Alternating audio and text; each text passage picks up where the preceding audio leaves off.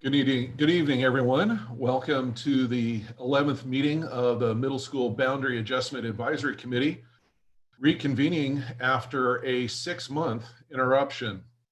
Tonight is a unique situation where we are conducting our meeting on a digital platform, and none of us are in the same location. We are taking this step because of the state's requirements in response to the COVID-19 pandemic. We are live streaming the meeting on the district's YouTube channel, and it will be critical that all of us speak clearly and deliberately so that our audience can track what is being said and by whom. The meeting is a public meeting of the Middle School Boundary Advisory Committee, and it is being recorded. All meeting materials are available to the public through the posting of the materials on the district's webpage. My name is Stephen Sparks, and I am the administrator for long-range planning for the Beaverton School District. I'll continue to facilitate the advisory committee meetings throughout our boundary recommendation process. We do have other staff who are monitoring the chat room for questions from the committee and looking for raised hands. We'll be doing our best to share the questions out loud so everybody can hear them, and we'll call on the committee for their comments and questions. This time I'll ask that Mr. McCracken share the screen so that we can put up our PowerPoint on this and get going here with our presentation. So although, and Robert, if you could please go to the agenda, thank you. Although the public is not in attendance, we have created an opportunity for the public to submit their names to be called upon for speaking to the committee this evening. We will be bringing members of the public to testify at approximately 8:10 p.m., as you can see on our agenda. People who will be providing testimony have already received their invitation to this meeting. They are probably currently in our waiting room and will be brought on screen at the time of their testimony. For those of you who will be brought on to provide testimony, we do want you to mute your YouTube or other platform that you may be listening to this so that we don't get the feedback and we can hear you clearly when you provide your testimony. The public comment submitted through the district's webpage until noon today has been distributed to the committee. We go to the next slide, please. As we do at the beginning of every meeting, we'll begin by reviewing the meeting expectations for the boundary adjustment process. The expectations are that we assume the best intentions. We all want the best for all of our students. We will listen intently to understand better. We are open to considering new ideas. We remain open to influence and are not judgmental. We will consider all options. There are no bad questions. Our interactions will be done with respect, and we will respect using viewpoints. Our committee members are representing communities and viewpoints from across the district. They are not here solely to represent a school or their own interest. The committee's questions, comments, suggestions, and ultimately the recommendation will be for the benefit of all students in the district. I'll remind everyone that the committee's eventual action will be a recommendation to Superintendent Grotting. Superintendent with the board will be making the decision. As I proceed with my prepared comments, I will ask that the committee hold on their questions until I finish. Please feel free to use the chat room to post questions and we will get to them and address them. First issue that I wanted to raise is the question I'm sure a lot of people are thinking is, why are we returning to the middle school process now? As I mentioned, we have taken a 6-month break in this process due to issues beyond our control. We still have our board objectives that we must meet. We are opening a new school in September of next year, so in 1 year from today. We need to establish that attendance boundary, and we need to provide some certainty to those families that are going to be impacted by the changes to the attendance boundary. As we have planned the schedule from today, we will be able to get to a decision by the end of 2020 to allow a at least 6-month transition period for those families. And as we think of this, we can go to the next slide. I want to return to the objectives that the board has given us for this project. As I mentioned, we must have a new boundary, attendance boundary for the Timberland area school. We need to reduce the number of students to approximately 90% capacity of Stoller. And I note that this objective is for school year 2021, so next school year. We need to balance the enrollments at the other middle schools, and we can consider other minor amendments to other attendance boundaries. Policy JC is also guiding us on this boundary amendment. The factors contained in Policy JC include student body composition, the current and future availability of space at a school, feeder patterns from elementary, middle to high school, and neighborhood proximity and accessibility. I note that none of these factors are ranked by priority and that they all have equal standing. And if we could move to the slide that has Policy JC on it. And let's stay there for a moment.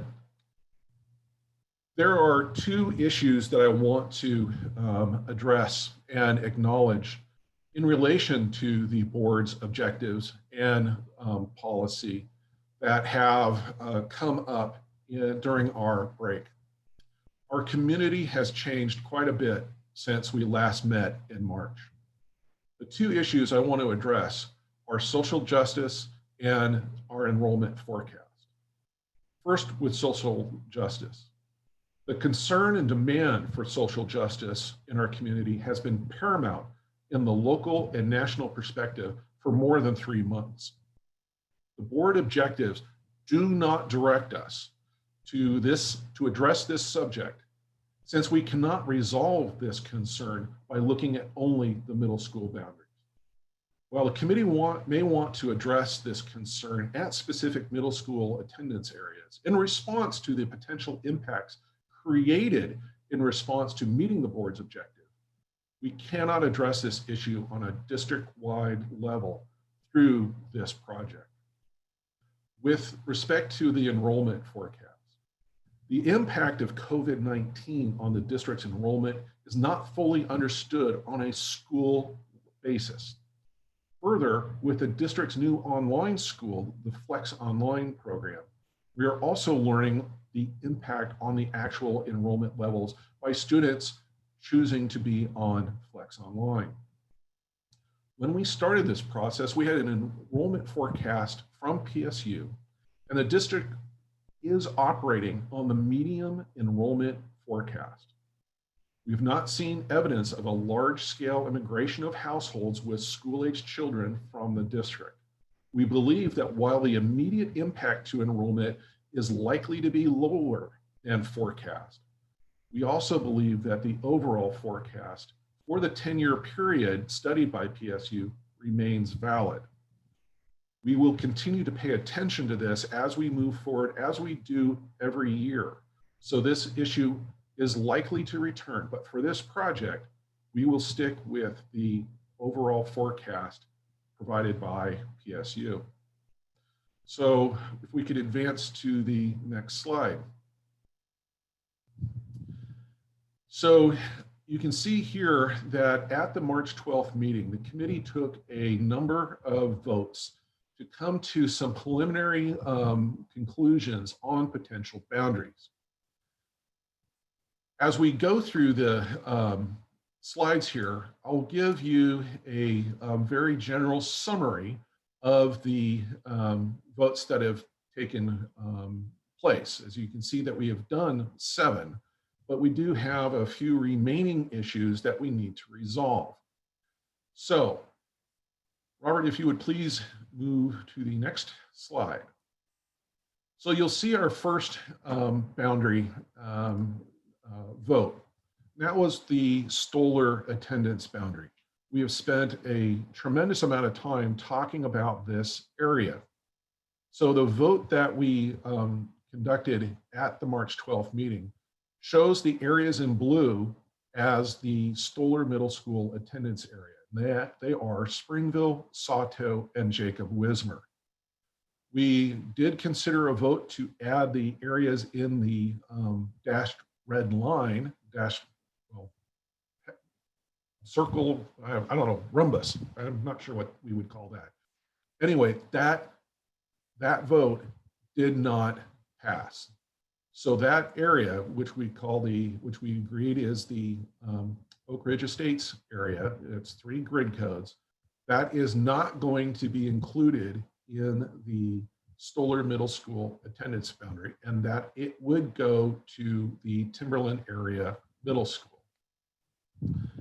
The committee did, in vote 3, recommend that a future elementary school boundary adjustment be considered to look at this specific area. So the border between Jacob Wismer and Finley Elementary, to see if there is a community need, a community justified response to change the elementary school boundary, which would then, if any area was added to Jacob Wismer, it would result in those areas going to Stoller and not going to the Timberland Middle School area. Next, Robert. The next vote was the Timberland boundary. And as you can see, the areas in yellow, that is the Timberland boundary. So that, again, that is all of Finley, Terralinda, Bonnie Slope, and Cedar Mill.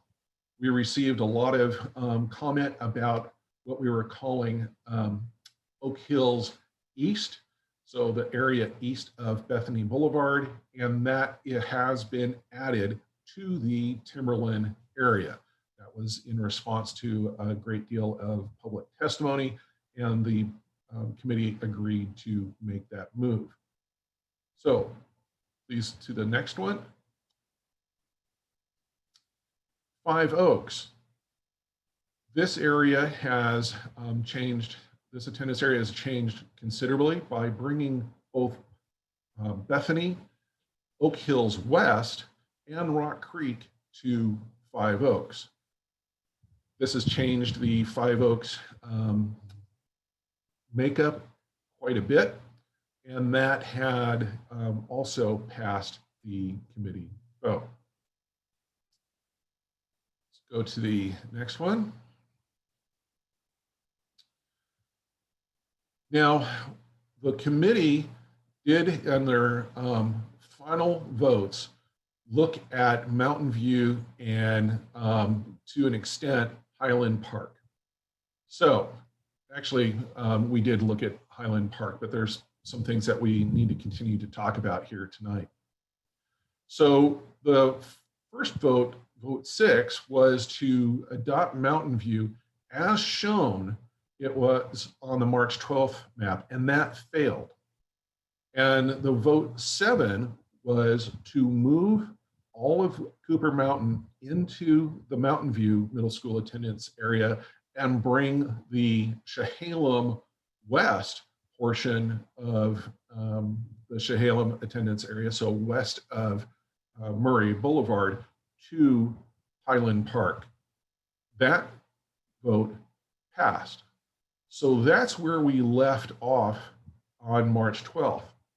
Now, we did have a number of questions as after those votes to talk about, all right, how does Meadow Park come out in this? Should we consider additional move to Highland Park? And before we go into that, I wanted to note that about Cedar Park, Whitford, and Conestoga. So Robert, if you could go up to, I believe it was slide 2, the Timberland. How about go down one more. Okay, the timberland boundary. So you see the area in pink as Cedar Park. This is the, we still have to make a decision on Cedar Park, but this is the boundary as it's shown today based on preliminary decisions on vote for the timberland and the vote that you did in February for the Whitford attendance area. And that's what's shown in, when you look at the materials for enrollment and all the demographic material, it's based on the map that you're seeing here right now. So Robert, if you could go back down to where we were. So the areas are remaining of consideration, and then is how are we going to, what is the composition of Meadow Park and Highland Park? We have the ability to talk about these either as standalone decisions or together. And I would recommend that we talk about them a little bit together because they do influence each other. So Robert, if we can go down here. So you can see the areas that we were talking about where we left off on March 12th. And it was primarily what to do with the Aloha-Huber attendance area. If you look at option A, that has Aloha-Huber going to Meadow Park. Right now, it talks, or it doesn't talk, it goes to, that area goes to Five Oaks. We've talked about sending it to Mountain View, but we were unable from capacity perspective, from demographic perspective, to come to that conclusion. Option B shows Aloha-Huber being transported to Highland Park. Both of these issues have some issues that we would have to think about. With option B, for example, Aloha-Huber goes to, feeds to Aloha High School. If it were to go to Highland Park, it would be the only school that would be going to, only group of kids that would go to Aloha High School. So instead of, it would be a mixture of Beaverton, Mountainside, and Aloha kids. So there's, the feeder pattern to think about as well. If under option A, it would be kids that go to, it's still a three school split between Sunset, Beaverton, and Aloha. So neither is perfect. Now, if we go down to the next slide, you'll see a lot of the data that we've been talking about. And we have the, this is the demographic data for option A, and the subsequent slides are as we move along for option B. And that is, this is, and this is also the ethnicity data for what we have. So, Robert, if we can just keep going through these slides in terms of looking at option A and option B. Again, you can see here our poverty indicator. What's happened here in option A, basically the poverty has moved from Five Oaks and is now going to be at Meadow Park.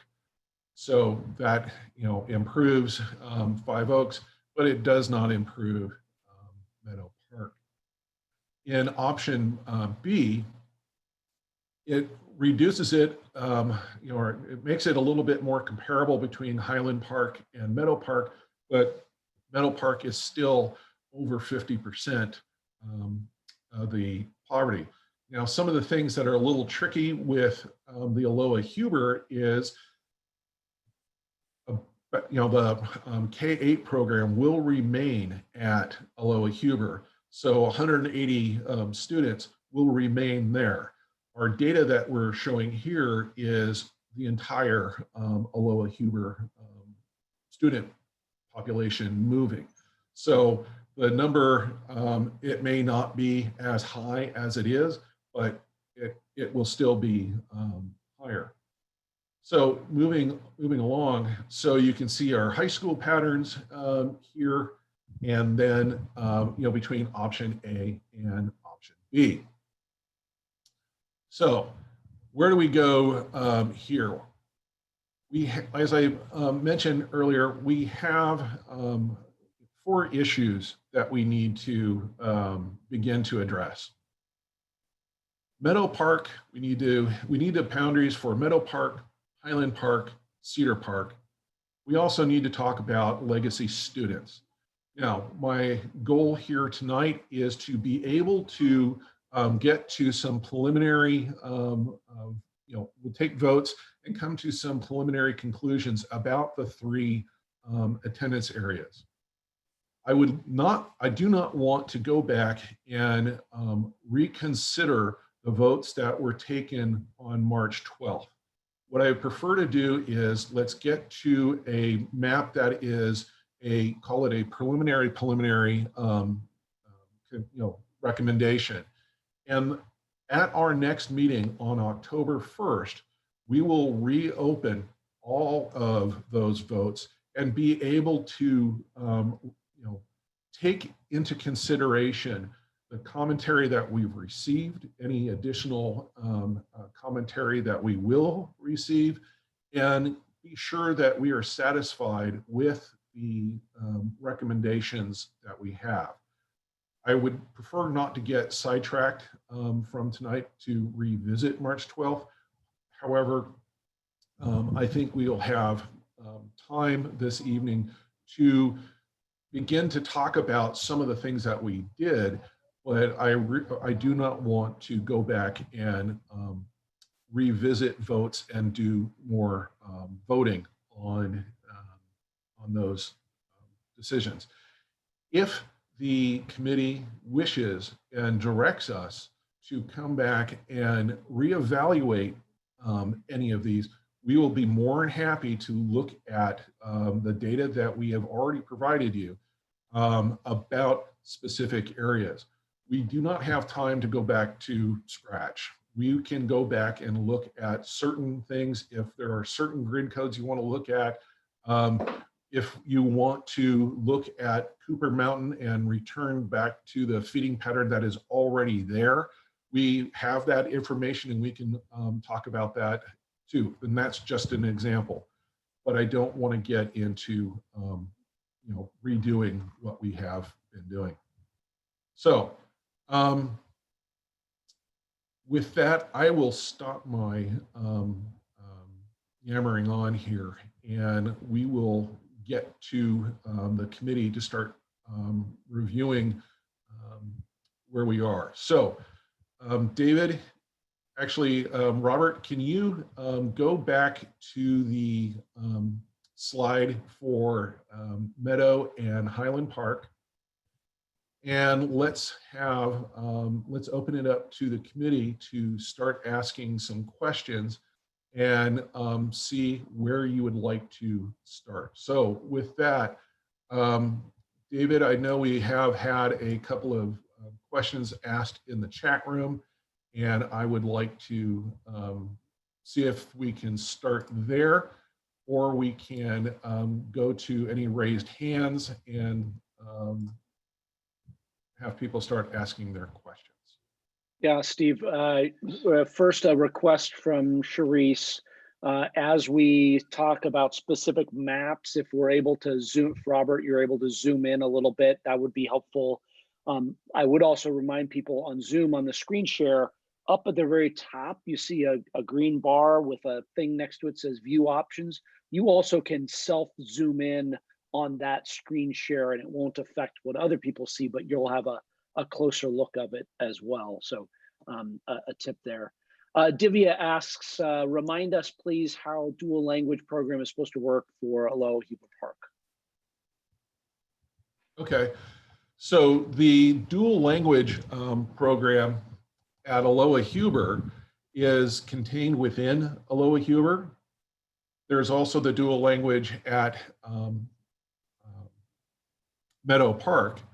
which then that feeds onto Beaverton High School. And we acknowledge that there is the problem of students who live in the Sunset attendance area who may want to go to, continue with the dual language. And we need to create our own process, as simple as we can make it, where there can be a transfer to Beaverton High School to continue that, that language opportunity.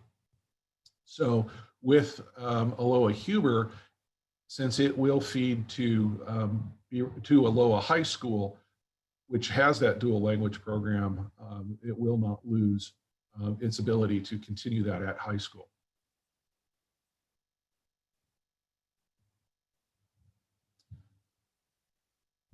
David, is there any other questions? Because I see Jason's hands up. Nothing else in the chat. Okay, so Jason, why don't you turn your audio on and let's have you start us off. Thanks, Steve. So I definitely understand your reasons for wanting to sort of forge ahead, but I'd be curious to hear other committee members' feelings on this. My feeling is the reason why we didn't, and we went very late in that last session we had to try and get to a what you might call a preliminary consensus, is because as we made these votes and got these decisions, we looked at the resulting numbers for Meadow, and in my mind for Cedar as well, and we were just stuck. We realized we were stuck, and that's why we didn't move ahead. And so I don't see any way, speaking for myself, there's nothing, if we can describe it as moving ahead in the direction we're already on, that's going to result in a map that I can vote for and support. So I feel like we do need to go back and undo some of those things and try and come up with a more satisfying solution.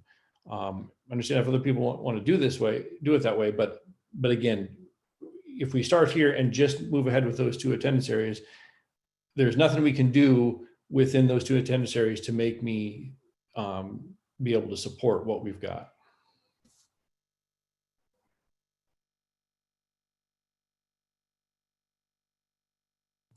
Sorry, I muted myself. Sharice, you had your hand up. Yeah, again, thank you all for doing this and opening this back up. I'm with Jason. There's not a way out that I see. I was getting very uncomfortable when we started the Mountain View voting. The Cooper Mountain students that are now going to be separated out from high school could not support that vote. I don't like the equity issues that we're running into. I understand the district is saying, hey, we can't solve everything right here, right now. I get that, but I think we should try. From the entire beginning of this process, I felt we needed to start in the South because that is where we had a lot of these issues. We started in the North on this map. We did what we could, and now we're stuck in the South. So if we start in the South and we try and make these things work that we're having a problem with here, I think that we are going to end up with some hard decisions in the North, but maybe some easier decisions to make because they're not fraught with the equity issues that we're coming up against. That's where I'm at. I'm with Jason. I'm going to have a hard time supporting any votes at this point forward. Okay, anybody else want to opine? Marnie? I would have to say I agree with what Sharice and Jason are saying, but here's my problem. I was always sort of brought up, sure, you can say no, but what is the alternative?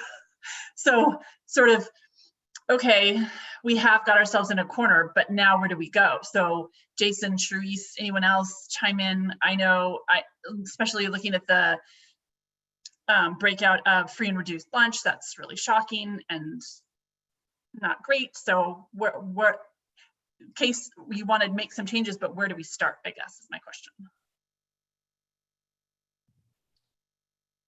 So as you are considering this subject, let me add one comment to your calculus. We have a schedule for this project. Besides the meeting here this evening, we have a meeting on October 1st, and the last meeting will be on October 15th. And this project as a committee will be done at that time. We have to make a recommendation. Even if that recommendation is a no recommendation, we have to finish because we have to make a boundary for Timberland.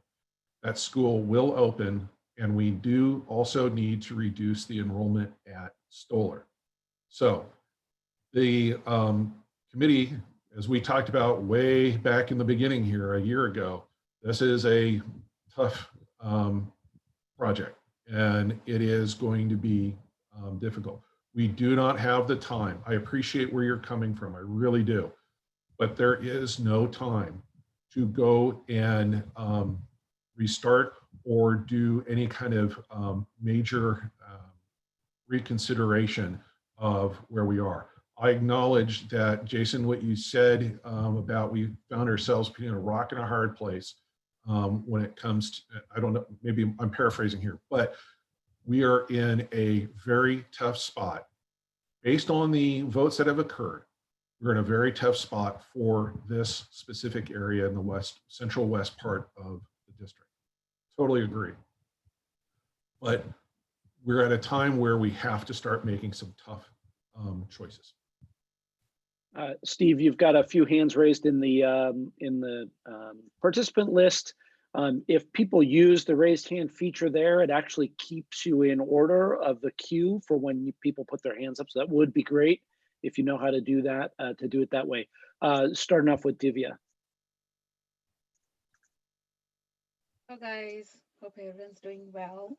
I actually want to get through this process. I think we have put Springville families, Findlay, and the entire Beaverton School District families through a lot last year. So, I mean, I cannot see us reopening this conversation for the entire district. We have put ourselves in a very tough situation for Meadow Park and South Side in general. We have boxed ourselves. I don't see us, unboxing ourselves unless we open all the boundaries. We'll have to do something creative to help the equity issues in the South. For example, treating individual elementary schools as Lego pieces, move them around until we solve the equity issue. We are doing that for Five Oaks, has improved, but the other schools are not, it's not improving. I don't know how to solve the problem unless we open all the boundaries back up again. So with that said, lack of time, we went through a lot. Let's just get done with this process. That's my opinion. Thank you. David, who's next? Next in there is John. Hi, thanks. The one point I'll make is I largely agree with Divya and Stephen in terms of the timeline that we're on and the fact that we had worked through lots of hard choices to get to where we're at. And it is at a very difficult point. Probably in hindsight, there would have been some different ways we could have gone.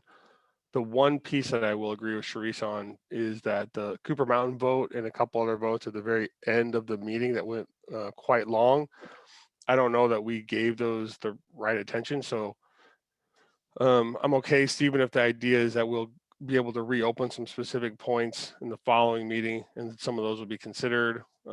I do just feel like the last 2 or 3 votes in the last meeting were rushed to some degree. So up until that point, I'm comfortable with where we were at. And then I think there's a few things that we need to iron out. And I saw that we have some comments from Cooper Mountain, and I know there's someone's going to speak to us today. So I do think that's one in particular that we need to consider.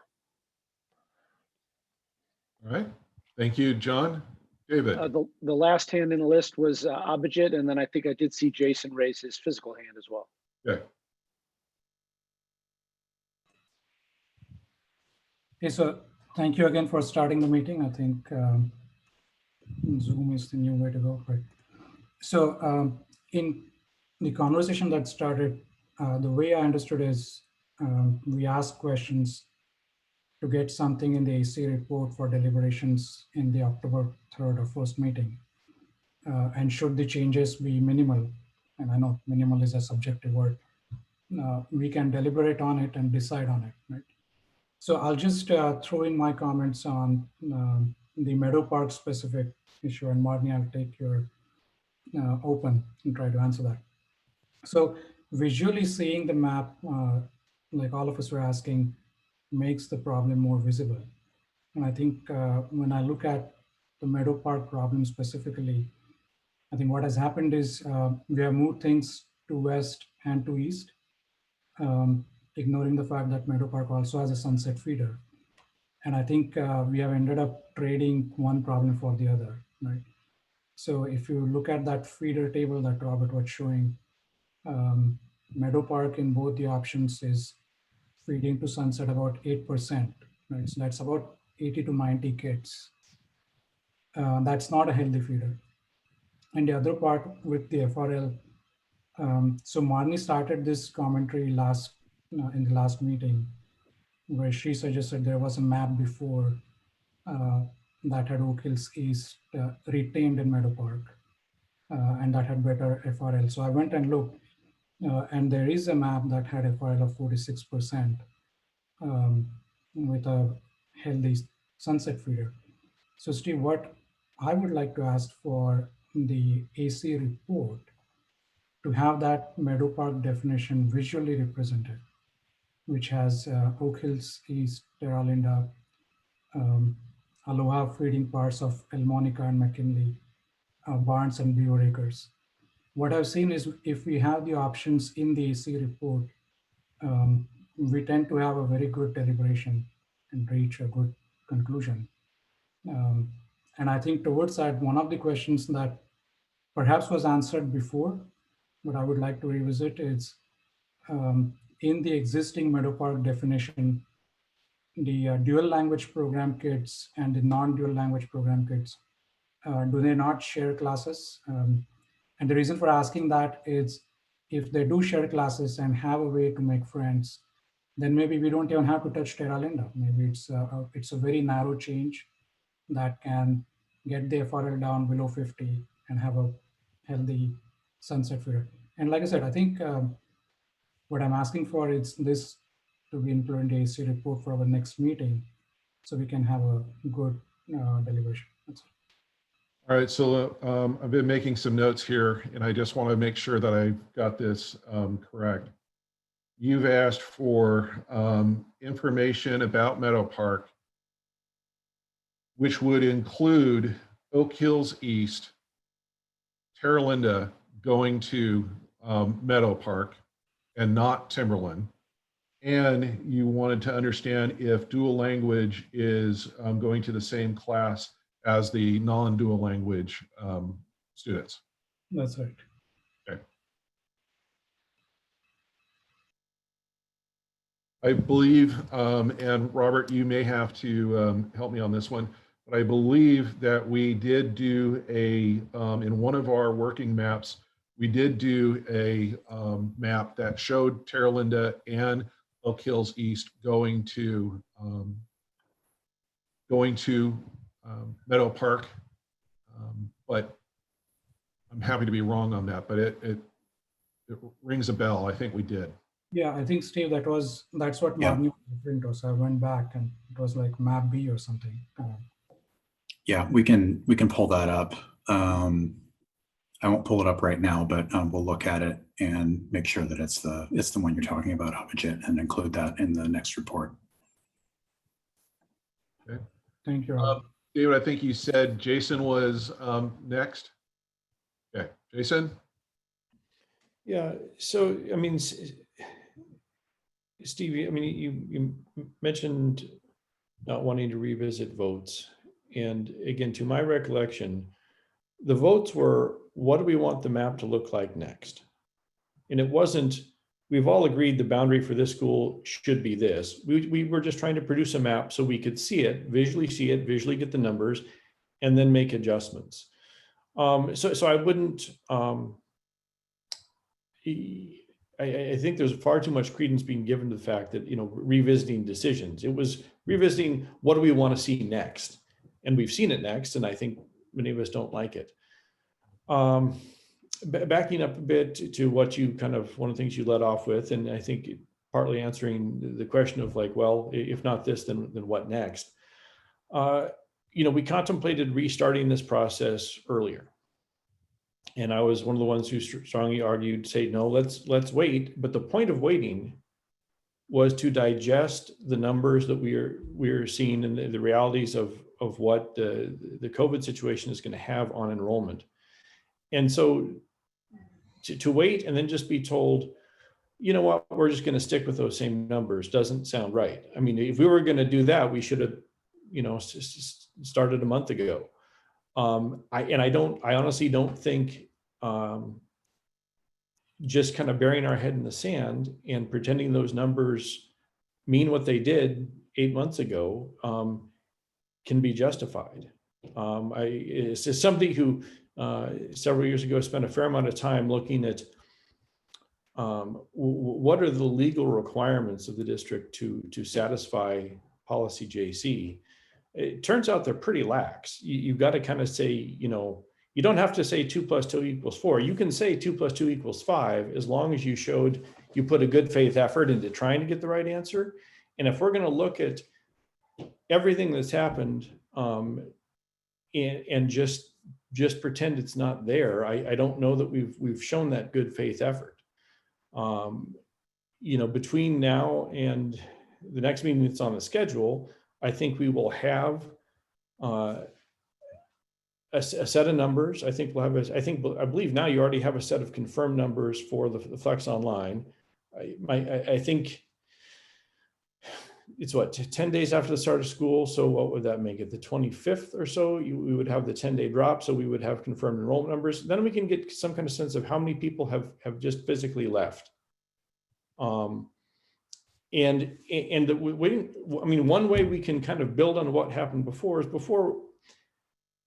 and Steve, I'll return to what you said. You said we think things are going to return to what was in the PSU forecast.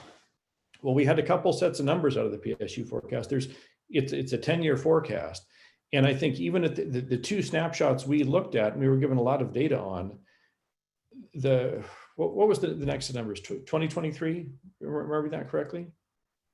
We had 21 and 23. We had 5, I think. 2025. Yeah. Okay. So 25. So we had noted in that span, and maybe what I'm remembering it was looking at the PSU numbers in those first 2 years after 21, a significant drop in enrollment that was happening either way. So even if your assertion is correct that we are going to get back onto the line we were before, that line was coming down anyway. And if we look at those lower numbers in terms of what's next as far as the boundary, we had a lot more attractive options where we just have more capacity to deal with everywhere except Stoller. So I appreciate the timeline, but my message to you and to board members that are listening is, if we're going to do this, let's make every effort to do it right. And if that means more meetings, pushing the timeline out a bit, I think we owe the community that due diligence. So let me try and respond, unpack a little bit here. With respect to the votes, I agree it is to get to a map. It is not a recommendation map. I'm calling it written down on the whiteboard type of map, easily erased and move on. My approach here, though, is to get to a map that we can then look at on October 1st. If the committee is going to agree, and a majority of you agree that, hey, we want to look at, for example, I'm just saying, for example, the votes that happen later in the evening on March 12th, I'm more than happy to do that and bring back to you on October 1st what those what those impacts, potential impacts are. In terms of the enrollment, I don't think we disagree too much here. I think we're looking at it perhaps in a little bit different lens. For relying on PSU I'm thinking more of the long-term view and not the immediate projection based on COVID. Our enrollment is going to decline from what we projected. It's COVID, it's Flex Online. We know that. We'll know more on October 1st after the 10-day drop.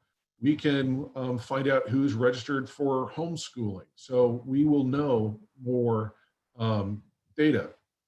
However, we are looking at a project not to, for Stoller, it's for school year 2021. But for this project, it is a longer term view for that, for those boundaries. We have talked about before the potential need to maybe close a school. We're not going to do that in this particular project. And that may come sooner than later based on our enrollment, whether that's COVID related, it's people leaving, whatever that might be. But given what we have and the brief timeline that we have to go with what we do. And if I can speak for my teaching and learning partners that are, well, not down the hall here, but down the hall in the office, they want as much time as possible for that transition planning. It's not just the, making sure they contact those kids and those families, but it's also getting the right staff, getting the right programming and the like. And as much time as they can have is what they're going to take. So we don't have an option but to open Timberland. So I definitely hear what you're saying, but we're really kind of at a point where we got to do it. Steve, if I could build on one thing you just said, you said for other than Stoller, we're taking the longer view. Then show us those. Let's look at those numbers. I believe that longer term projection showed that we could take that 5 Oaks map and keep Beaver Acres at 5 Oaks. And in the further bounds of the numbers, those students fit. And it's a more cohesive boundary. It's less disruption. So yes, I mean, I like what you said, but it hasn't been the operating principles we've been going with. We've been looking at those 21 numbers across the board around the district. If we've got the flexibility to do the 25 numbers elsewhere other than Stoller, I like that. And what I'm trying to say is, in terms of our direction, we have to make Stoller, at that 90% in year 2021. We don't have that direction for the other schools. What we have for direction from the board is to balance to the extent that we can, and that makes sense. If the committee wants to agree that, hey, you know what, we can live with a capacity of 102%, whatever it might be, at a specific school in year 2021, because over time we're seeing that to go down to something much more manageable. That's a fair recommendation. Steve, you've got Divya and then Abdul, and there's actually quite a list, so we'll do that 2 at a time. Divya and then Abdul. Hey, so I had some questions on the Meadow Park numbers. So the first one is the 8% that is going to sunset in Meadow Park. They're all coming from the portion of Barnes. And are you considering the dual language kids from Barnes who are going to, I think it is Beaverton High School? Or are you just generally just blanketly saying that within that boundary, there are 8% irrespective of what the kids choose to do with dual language? Robert, I look to you on that one. Yeah, we haven't split out the dual language students in the breakout that we do, like for options. So if those students were to want to remain in dual language at the moment, they would need to eventually they would need to go to Beaverton High School. Yeah, can we look at that numbers at the next meeting? See how many are the actual number of students going to sunset? The second Yeah. question, go ahead, Robert, sorry. Yeah. Sorry. The second one is on the same area, the same grid codes, just like how we propose doing an elementary boundary change for, the Finley portion. Can we consider doing a high school boundary change for that portion of Meadow Park that is feeding into Sunset? Is that an option even? And feed them into the Beaverton High School or Aloha High School, but not Sunset. I'm sorry, Divya, I didn't get your question. So the option is the portion of bonds that is today feeding into Sunset. Can we propose a boundary adjustment for the high school such that that portion of bonds goes to either Beaverton High School or Aloha High School instead of Sunset? That is not going to meet the board objective of, kind of the nip and tuck type of amendment. The Barnes area, the Barnes attendance area during the high school process was a major consideration for the Sunset High School attendance area. So my recommendation to you is to not touch that one. Okay, that is, even though, Robert, we can come back and look at the dual language programs, but I'm expecting that there are a large number of students in that area going to dual language program in Beaverton. That was a testimony we heard from Oak Hills East. So I want to verify that thesis. And if there are really fewer number of students instead of the number of grid codes, we should be looking at the number of students. Yeah, we can pull the number of students that are in dual language that are within the Sunset feeding portion of Barnes. And we can put that in the, I know we've done that before. It may actually be in a report. We can put it in the next one. Yeah, thank you. In the same way, in the Aloha Huber, when we are looking at the numbers for Meadow Park, when it's feeding in option A and in option B, are we, even though the kids are deciding to stay in K through 8, are we still considering them as moving to the Meadow Park in terms of numbers, or how are we treating those dual language programs or K through 8 kids? So the K through 8 kids at Aloha Huber Park are netted out for the attendance, for the enrollment and capacity tables. So you'll see if you look at Aloha Huber, there's 160 something students who are netted out there. So yeah, they are accounted for it as staying there. All right, I believe Abdul's next.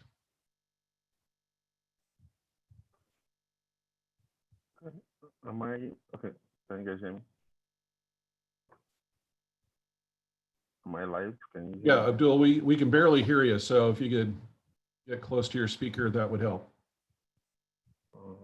Okay, is it better now? Can you guys hear me? Yes, that's better. All right. So I think I was just going to make a comment based on where we were when we left off. So my understanding was during the times where we're making those votes to get to these maps we're seeing today, we realized in meetings before that there wasn't really a way of getting to a map wholesale, that we had to kind of look at different maps or different sections of the map and kind of lock some pieces in place to reduce how much variability we're having from one map to the next.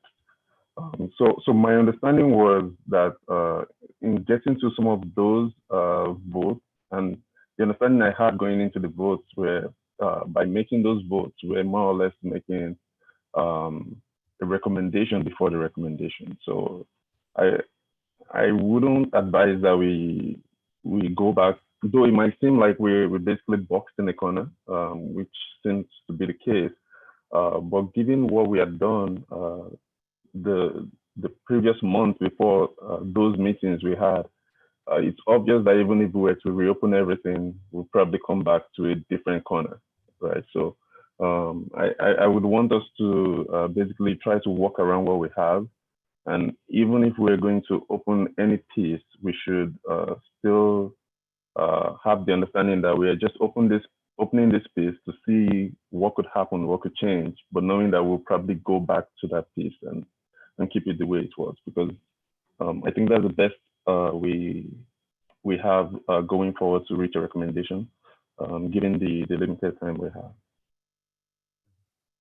Thank you. David, who's next? You've got Sharice and then Mike. Okay, Sharice. Hey everyone. In the interest of time, I'm wondering if it would make sense for us to maybe have a vote as a committee tonight of how much of this we want to go back and look at. Because if the whole committee wants to look at it, then we should, but we should move on that in the interest of time. We held a lot of votes in those last 2 meetings, really in that last one. So if we were to look at this map and look at some key pieces specifically, like Timberland, I think there is a lot of Timberland that we all like. There's a lot of Cedar Park that we like. There's a lot of Whitford that I think we all like. There are specific schools going into Stoller that I think everyone would say, yes, those have to stay at Stoller. Same for Five Oaks. If we were to have those pieces all plugged in and we all vote, this isn't changing, we're not changing these schools out of these boundaries no matter what, that leaves us with those Lego pieces that Divya was talking about that we can plug and play and put them where they go. And as we're happy with where those go, they stay. Maybe that's an option without ruining everything that we have done, right? But there's a lot on here that I know I'm pretty unhappy with, and it's going to make it very difficult. But if we're going to change it, then we need to say, yes, we're going to change it and stop talking about whether or not we're going to change it and keep going. Okay. That's where I'm at. Right, Mike. Thank you, Steve, and good to see everyone on the committee again, at least virtually. Conceptually, I do agree with Sharice. We do need to move forward. If that means taking specific votes, then that means taking specific votes. With respect to comments made earlier, the objectives provided to us are really very simple. Build timberlands, relieve the overcrowding at Stoller. That's it. Nothing more, nothing less. To the extent that this committee has any authority whatsoever, it's authority given to it by the district. The district is clearly telling us tonight they do not wish to revisit certain issues. Well, it's fine for people on this committee to disagree with the district's position. The way that you address that is through voting next time with your school board members, not continuing to complain tonight. We have to move forward, as Sharice said, like it or not. This is the direction given to us. This is the only authority that we have. We need to move forward. Now, to that end, here's my recommendation with respect to moving ahead tonight. With respect to option A, map option A, Stoller is at 100% capacity. That's without SUMA.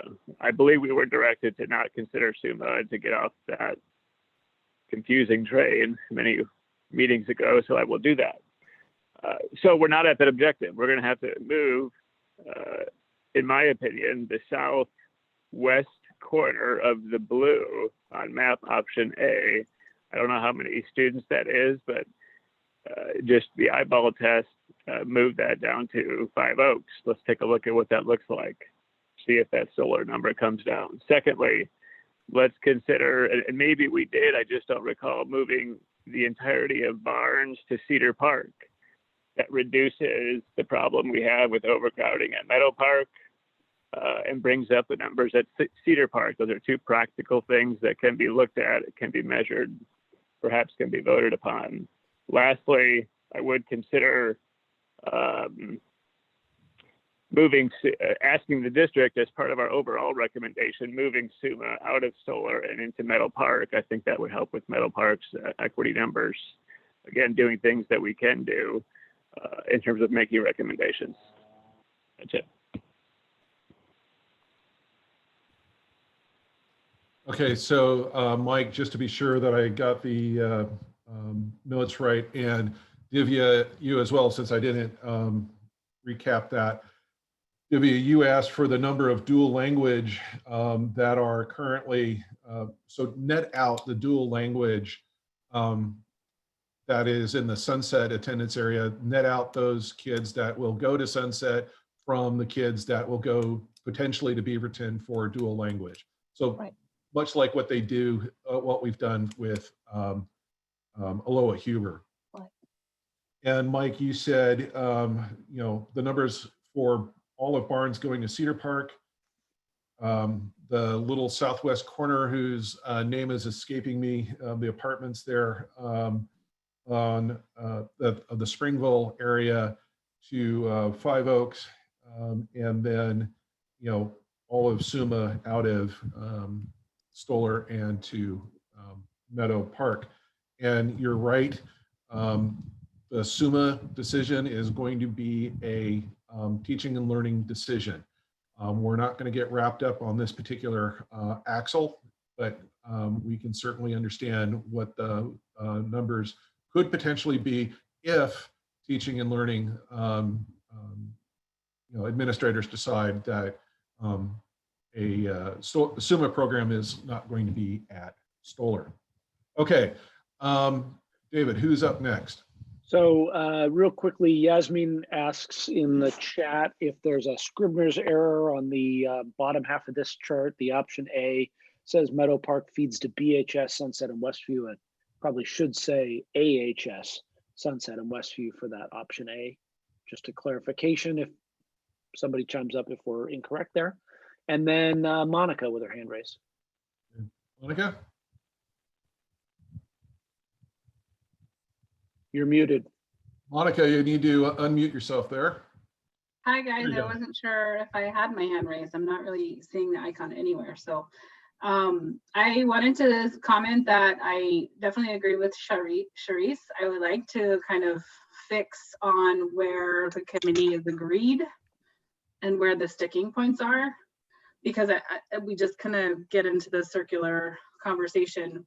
But if we know where our bargaining points are, our really hot items are, we can move forward. All right. David, is there anybody else on your list? Okay. Jason, I see your hand, but I want to go to Michelle, Jennifer, and Christy, and Matt. I want to poll you all because you haven't spoken yet here, and I would like to hear from you before we move much further. So based on going top to bottom on my screen, Michelle. This is really hard because like we said before, I hate to be the person that says, I don't like this, but I don't have a better solution. I've moved the Lego pieces around. Just personally, I have a spreadsheet that recalculates everything for me a lot. And I mean, I think what we're going to have to do is provide the best map we can to the board with a big fat disclaimer. And I think somebody said this before. Now might be the time for the district to do something bold and crazy and scrap all the boundaries and start over. With all the tweaks that have been done over the years, you know, trying to fit within requirements that already exist. So like for us, trying to work with these kind of funky elementary school boundaries, the inequities that exist at the high school level, of course, we're in a corner. We have too many constraints. So I think we do have to move forward with something that we are not going to be happy with. I don't think any of us are going to be happy with, but strongly recommend to the board that they consider in the near future redoing all the boundaries. Thank you. Moving to the next one, Jennifer. I agree. We're not like, we kind of backed ourselves into a corner with all this. There are things about the map I do like, but there are some things that I think we could change. I did like the idea of kind of Lego piecing the pieces around to make them fit where they would work. However, I don't think I necessarily want to go all the way back to the beginning. I think that's far too many steps backwards.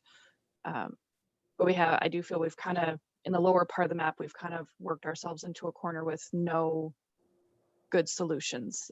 And I can't think of any good ones either. Thank you. All right, Christy. Thanks, Steve. I really agree with what Michelle said. Like, she really hit the nail on the head for me of why just everything she said, I totally agree with. You know, the existing high school boundaries are kind of wonky and really constraining us on one side. We have a lot of free and reduced lunch and poverty in the middle part of the district.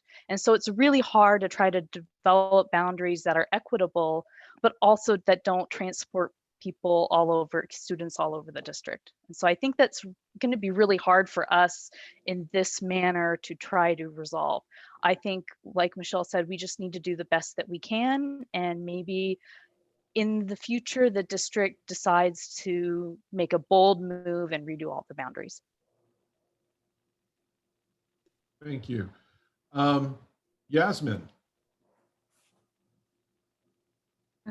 Hi, yeah, I too agree with Michelle and Christy. And as we said before, we're not going to create the perfect picture. It's very complicated already, and we started with a very complicated situation. So we need to build on what we have already achieved, and go ahead and move forward. Thank you. Matthew. Thanks, Steve. Hey, everybody. We have a very clear objective here, and while there may be problems that have to be addressed at some point, that is not what we're here for and what we put all this work into. I think we made a heck of a lot of progress, and there's no option to scrap and start over and reboundary the entire district here. So I would like to just, I think somebody else said, you know, what are kind of those non-negotiables, or what, you know, how do we get some consensus to just take some of the work that we've done already? We're very close, and just move forward on this. Okay. Thank you, Matt. So here's what I'll say. I think it's clear that not everybody is happy given where we are and what we're working with. I don't think anybody is suggesting that we start over. I know that. I know that maybe feeling like, oh gosh, you know, let's throw our hands up and try again.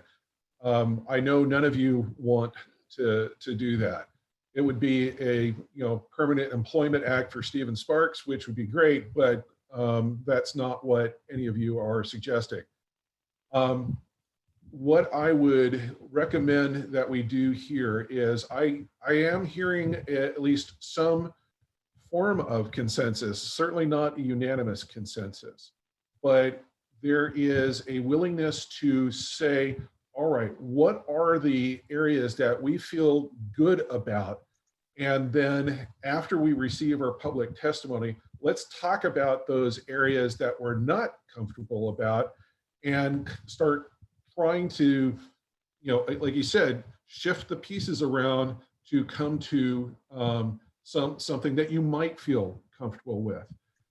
Recognizing that at the meeting on October 1st, we're going to be having to spend a lot of time talking about those specific pieces, because we're going to have to make you're going to have to come to that preliminary recommendation on the 1st, because what we're going to do on the 15th is we're going to be listening to more public testimony on the preliminary recommendation to see if there's any kind of tweaks that you want to do there. But we got to come to that map on the 1st of what that recommendation is more than likely going to be. So just by kind of either thumbs up or thumbs down, what do you say about going with what I heard Charisse and Christy just to name two, suggest about moving forward here this evening before we get to the public testimony bit here in about 30 minutes, in saying, okay, we're comfortable with this, and I'm not comfortable or want to spend a little more time on the other. Is that an approach that you're willing to proceed on here, this evening in the time that we have? So I got 1 up, 1 down, 2 up, 3 up, 4 up, 5 up, 6. Divya, Michelle, Abhijit, up or down on those? Sorry, can you repeat what are we voting on?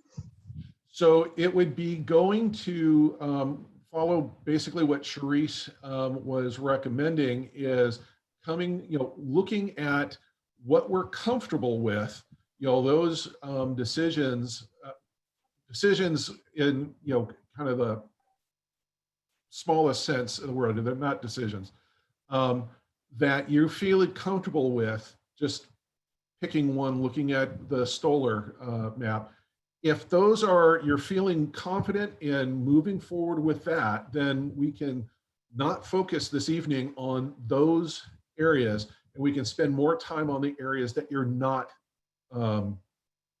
comfortable with. So I didn't see Divya, Abhijit, Abdul, or Yasmin, or Matthew give me an up and down on that. Steve, before I give up, can I suggest one thing? Sure. So I like the idea of doing this, as in we don't want to really reopen everything. I agree with that, and I agree with Divya's idea of Lego pieces. What I was going to suggest was, what if we constrain it to saying, hey, we need to solve Meadow Park, and moving the Lego pieces around that with minimal disruptions to what we already have. If we can go with one of the options that are presented, that's great. If not, what are the options that can constrain the changes that we have to do? And maybe that will, so we don't have to go through the entire thing. So we have the Meadow Park, we have the Aloha Harbor, and we have the Cooper Mountain. These are the 3 areas I thought we have sort of need more deliberations on, and everything else remains as is if we can achieve with minimal change. That would be my suggestion. Sure. Sorry for not looking at you. My hearing is terrible, so I was trying to lean to the speaker there. I think that is a fair, and I think that is something that will become apparent as we look at this, that it is not, I mean, if we get to a point where we're going to reopen the whole, package, well, then we need to, stop, because we can't go through everything here again. So, David, you've got your hand up, or you? So you've got a request in the chat. Monica asks, can we pull by elementary school and see where the agreements and conflicts are? And then Marnie's been waiting very patiently with her hand up as well. Okay, well, Marnie, why don't you start off first? Okay, so I, with, again, kind of echoing what Michelle said, I feel like just so I understand, we're maybe identifying the sticking points, because the Legos that people want to shift a little bit, because as has been pointed out, we need to get these something nailed down, because Timberland is going to open, so we need to have something to move forward with and present. But also, echoing again what Michelle said, we are making a recommendation, and can we attach to that recommendation, hey, this is, the free and reduced lunch numbers are insane, and they need to be addressed, and there's no way to do it unless something else changes. Right. Is that what I'm hearing? So to answer your last question, yes, the committee can forward recommendations to the board, to the superintendent rather, for his consideration and bringing forward to the board. I mean, it's all part of the record. And if you want to, send a recommendation, much like the legacy student recommendation, if you want to send something for the superintendent to consider and to pass on to the board, you're more than welcome to do that.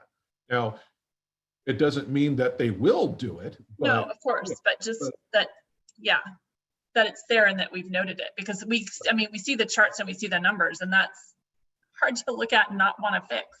Yeah. I realize that with constraints and times, and I agree with Charisse, I do think looking at this again, starting from the south and going up probably would have been more efficient. Do we have the time to do that now? No. So can we give them something so that they have something to go off of? Yeah, I think that's as echoing our responsibility. Okay. So I will go through here, kind of sort of what Michelle has suggested, but it's also, I'm looking for the consensus points and the sticking points. I think it's clear that a sticking point is the Mountain View attendance boundary, specifically the Cooper Mountain area, and we will bring information concerning that on the meeting on the 1st.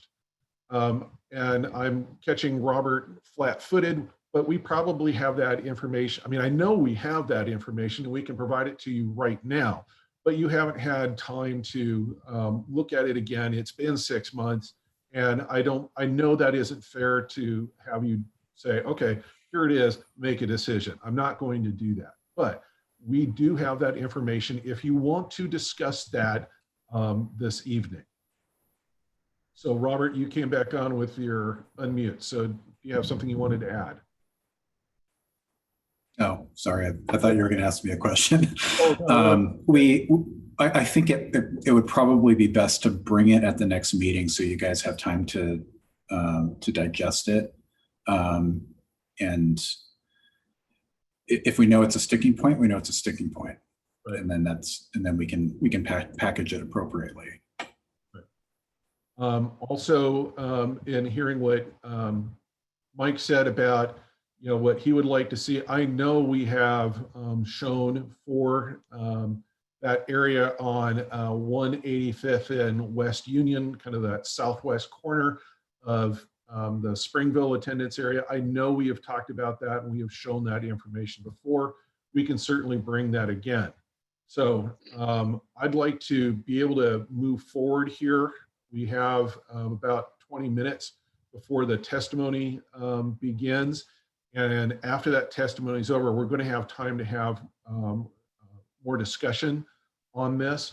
But I want to be respectful of people who may be in our waiting room right now, and be sure that they have the time to say something. So Jason, I'm not ignoring you. I saw that your hand was up, but maybe I am kind of ignoring you, but I'd like to move along here and try to, bring us along a little bit more. So as I bring these things up, I want to recognize that you've asked for some additional information, and this is not to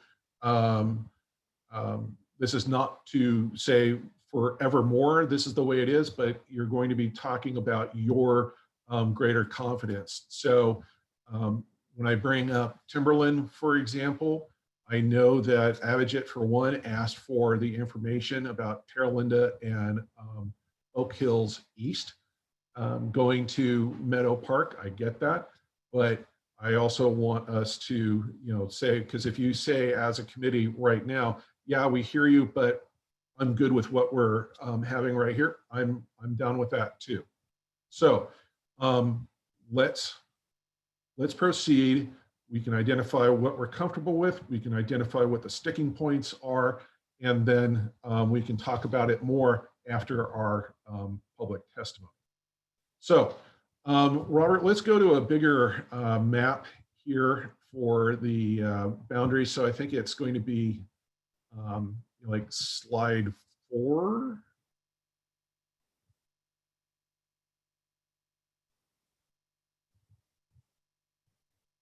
Yeah, so let's use this map, and if you can zoom into that a little bit so that we are looking at the map and not so much the text. Okay, thank you. That's good. Okay, so what we have here for Stoller, as we talked about, we have 3 complete attendance boundaries, and as noted by somebody earlier, that we're at 100% capacity, which is not meeting the objective of 90%. But, and I think Mike was the one who said that.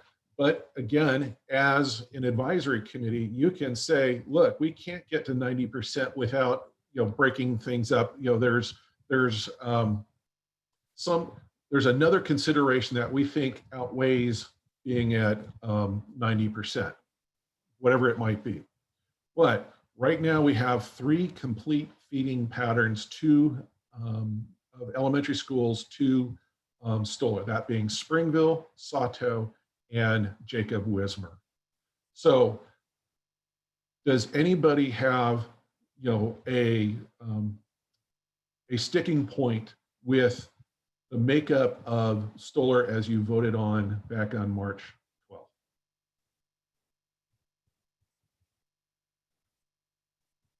Okay, I'm not.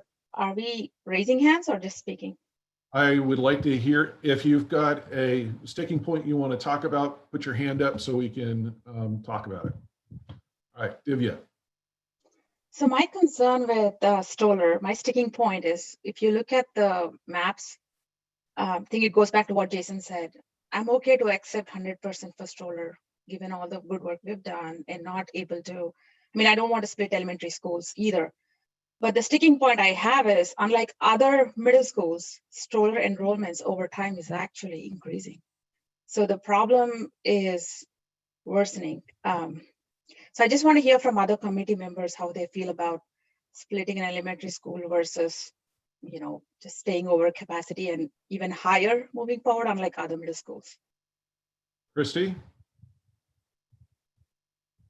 I think I mentioned just this in one of the previous meetings, but I wonder if the committee would consider an option that would send neighborhoods that are not been developed yet, but are planned for future growth, cutting those neighborhoods out and sending them, at least temporarily, sending them to one of the other middle schools.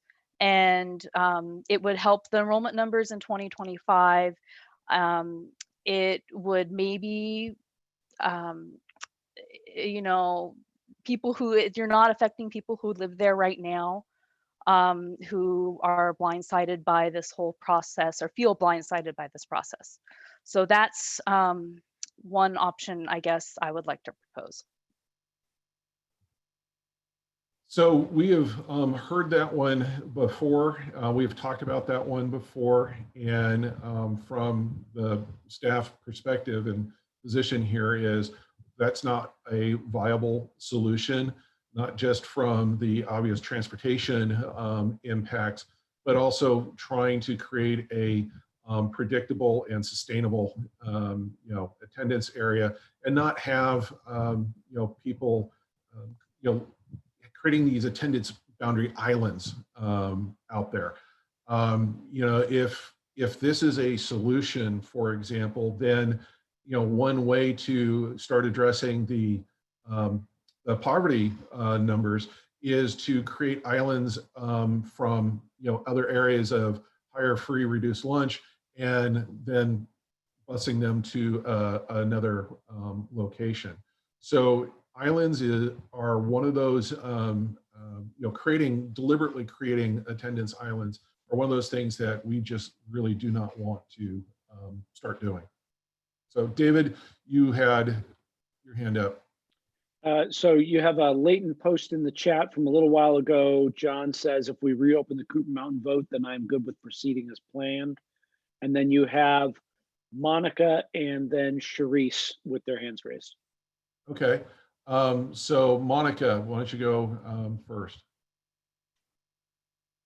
With Stoller, and I don't imagine that we'll revisit this, but I still have a sticking point on Springville versus Findlay. I think we're trying really hard to make that work, and I think that's not working, and we shouldn't be breaking up Findlay just to allow for walkability. So that's my sticking point, is really swapping Springville for Findlay. So you're saying Springville not being at Stoller and Findlay being at Stoller? Right. Is your sticking point? That's my sticking point. Okay, gotcha. Therese? So to Monica's comment and what she wrote in the chat earlier, I'm wondering if this might be easier for us to vote on, not as the whole as it is right here, but say who's in favor of Jacob Wismer staying at Stoller and have a vote, Sato have a vote, Springville, maybe that's a down vote, and look at it that way so that we then know where we are good, and then we can have those sticking point conversations after public comment or next meeting, right? I don't know if we'll get there quicker that way, Stephen, but I'm sure we could talk about this all night. Yeah, and we're not going to do it all night. So Jason. Yes, so real quick, and I'll save other things I was going to say for later, but just in response to that last point, I don't think that is the right approach. I think we need to think about sticking points a little more generally, because the problem by just going elementary school at a time is this is exactly how we ended up where we are. I think an example of a sticking point might be to say, okay, I'm unhappy with the numbers of the free and reduced lunch numbers when you look at Timberland, Meadow, and Cedar. Across that as I described it, could be golf course. To see that level of disparity, that I think is the kind of sticking point we need to look at, and then the individual components are in furtherance of that goal. But if we think about, I just don't want to bring up Springville again, because you talk about having to redo the whole thing. If you move an elementary school that large, it cascades all the way around. Again, people want to completely restart, I'm up for that. But if we're not going down that road, we can't consider moves quite that big. Thank you. David, did you have your hand up? Was there somebody else? Okay. All right. So I hear a sticking point from Monica about the Stoller Middle School being, the Finley, Springville, scenario. Does anybody else share that sticking point? And I would just do a hand raise on that one. Therese, okay, you also agree with Monica on that one. I think Stoller's overcrowded and we need to change something, and Springville's the logical choice. Okay. Christy, you're nodding, you agree with that? Okay, all right. So moving over to, we'll call the sticking point of Stoller is we got to try and move more students out of that attendance area. Okay. So with Timberland, we have, as we mentioned, Cedar Mill, Terra Linda, Bonnie Slope, Finley, and Oak Hills East going to Timberland. You had a lot of discussion about that previously, recognizing what Monica said earlier about Finley and Stoller. I understand that, at least from her, that is a potential sticking point. So I'd like to, just show of hands, who has sticking points they want to identify for Timberland? Jason. So again, just to repeat what I said, my sticking point, and again, it's not just Timberland, it's Timberland, Cedar, Meadow. It's the proximity of that school and the fact that we have inadvertently divided it entirely upon economic lines. I've also brought up the fact that there's a significant amount of just disruption in terms of existing communities.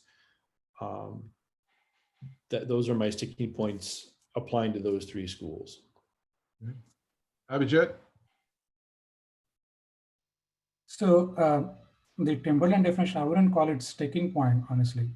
The only reason I would reconsider is if the sunset feeder out of Meadow Park is very weak, and if the FRL numbers we are not happy with, then we ought to look at moving or continuing to feed Oak Hills East in Meadow Park. In my analysis, I think Terra Linda may or may not have to be there, but it really depends on that dual language program and a non-dual language program, Friendship. So that's the only thing for Meadow Park. If it makes that feeder stronger, we should do it. Otherwise, it should be okay. Okay. All right. Anybody else have the sticking points for Timberland? Okay, let's go over to Five Oaks. All of Rock Creek, Bethany, Oak Hills West, all of McKinley, and the portions of El Monica that feed to Westview. So it would be an entirely Westview feeding middle school. Sticking points there. Steve, Abdul's had his hand up. Oh, I'm sorry, Abdul, please. Yeah, so I actually had my hand up when we're discussing the solar part. So forgive me for taking us back a little bit. But Okay. it kind of works with Five Oaks too. So I think the principle we've been working on here, if we will be consistent, we've not really had an issue splitting an elementary school. So Oak Hills is currently split. So given the fact that solar is still highly populated, I figure a split at Springville is possible to drive up the numbers for Five Oaks. So that's something we can actually consider here. Because we've done it in Oak Hills, and if we're fine with that, we should be fine with splitting Springville to drive solar closer to 90% that we're trying to get to. Okay. All right, anybody else with a sticking point on Five Oaks? Mike.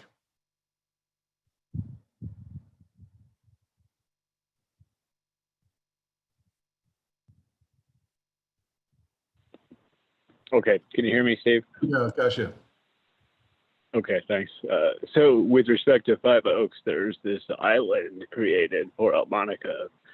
So as an elementary school, it looks like it's divided into two for purposes of half of it going to Five Oaks, half of it going, looks like to Meadow Park. At the Title I school, I know I've mentioned this before, but splitting up Title I kids, I think creates additional challenges. And I think it also creates a situation where only some of these kids are actually going on to the same high school. So we're sort of isolating this world here, and I think that should be looked at. And when I say that El Monica is this sort of, I don't know, a triangle, I guess, in the south. If you're looking at the green, I guess, it's the northwest corner or the south east corner of the Five Oaks area. So the history on that one was feeling that having the students go to, not be alone as, alone at Five Oaks, being the only ones going to Aloha while everybody else goes to Westview. But we can certainly bring that, that enrollment numbers back to you for your consideration on that. Let's go down to... John's got his hand up in the chat. Oh, okay, John. Hi, thanks, Steve. Just a recommendation, just from pulsing the different conversations. I wonder, I've heard some points on the Cooper Mountain point in the recommendation you made in terms of bringing that back up in our next meeting. I wonder if we just had a vote that just said, are we acceptable to take that recommendation and move forward versus the item by item vote, and just see if where we're at as a group, if we'd be willing to just move on. Okay, so let me do this. I will bring that question forward after our public testimony because I think people want to talk about Cooper Mountain. And so let's just put that in the parking lot for probably the next 20, 30 minutes. And we'll come back to that. Before we go to testimony, I wanted to, because I know that Meadow Park, Mountain View, and Highland Park are sticking points. I get that. And we will come back to those, obviously with the clarification that John had. We'll talk about that after the public testimony. What I would like to do here before in the next 5 minutes is to identify any potential sticking points to Whitford and Conestoga, given that those were the first two conclusions that you made back in February, and if there's anything there that you would like to revisit. For example, we looked at Whitford. We looked at primarily the Raleigh Park split, where kids were kind of the, I think it was like a 60-40 type or 75-25 or 70-30 type split between Cedar Park and Whitford. So again, looking for hands for you to say what your sticking points may be. What are your sticking points for Whitford, if you have any? David, are you seeing any hands, or does anybody just want to wave at me? Okay, seeing none. Let's go down to Conestoga. Same question. Is there anything about the Cedar, and Robert, if you could scroll up a little bit so we can see the Conestoga boundary there better. Thank you. So is there anything that is a sticking point for you generally about the Conestoga boundary? Again, just looking for you to wave hands across the screen. Charisse is waving her arm. She's not just not raising her hand, she's waving her arm. I'm trying to make it easy for you to see me. Was that not helpful?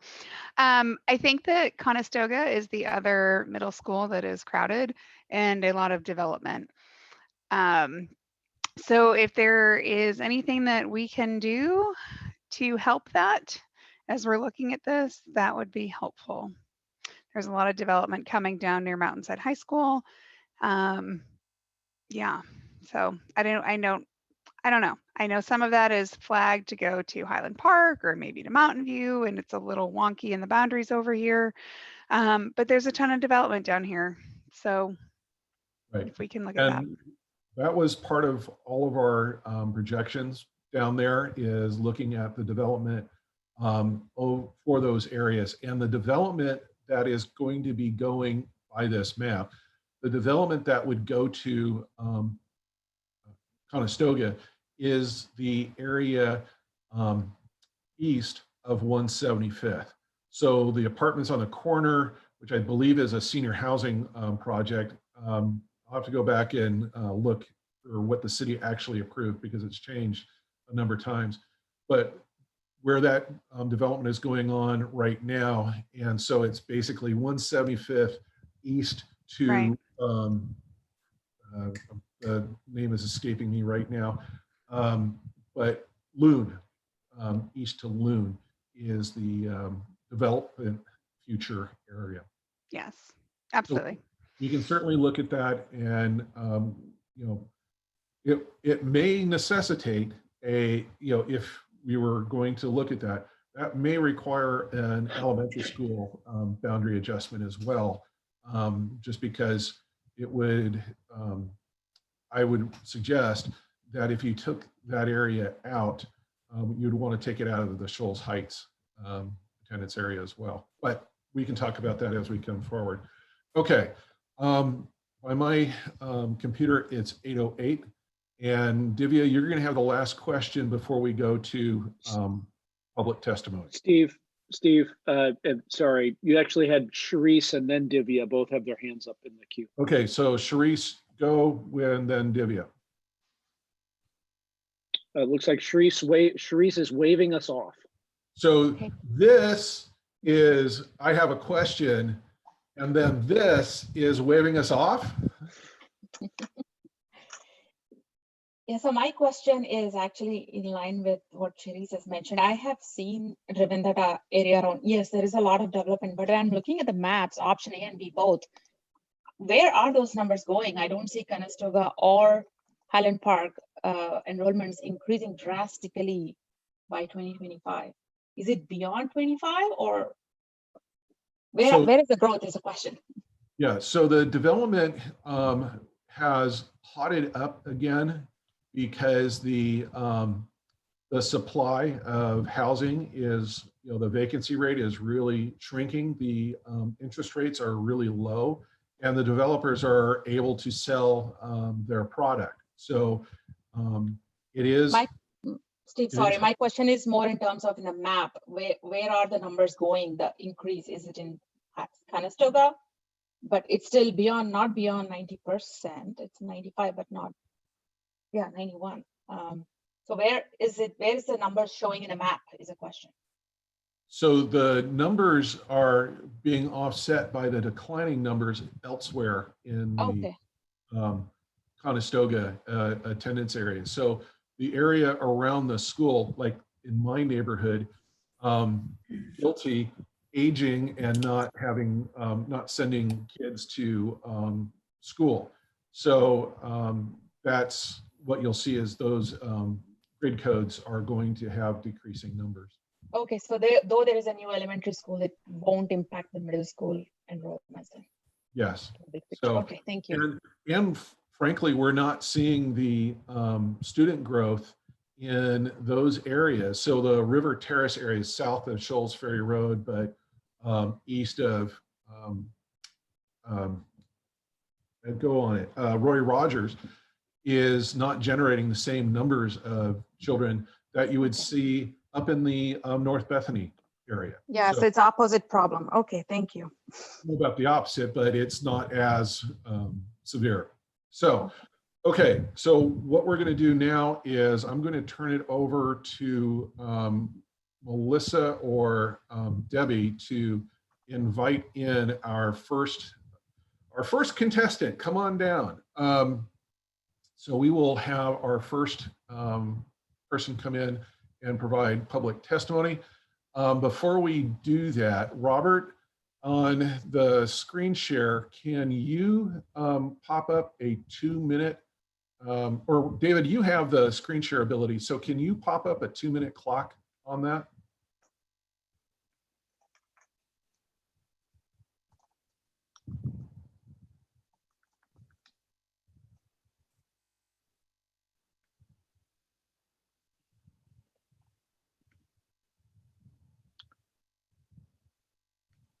There we go. And Steve, I think it may be easier if we admit them all at once and then take their testimony individually at that time. I'm willing to accept that recommendation. So Debbie or Melissa, whoever was going to do that, if you could bring all three of our speakers and let them in.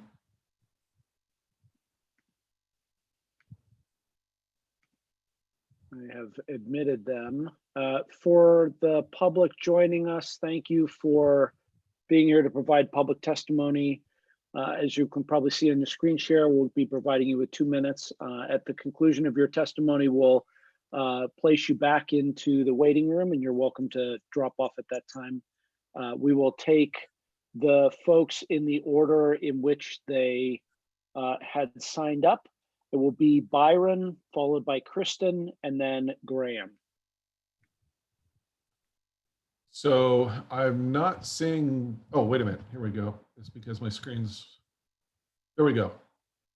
All right, so Mr. Jarnigan, or I'm sorry if I mispronounced your name. If we could have you turn on your video and turn on your microphone, unmute yourself, and we will get started.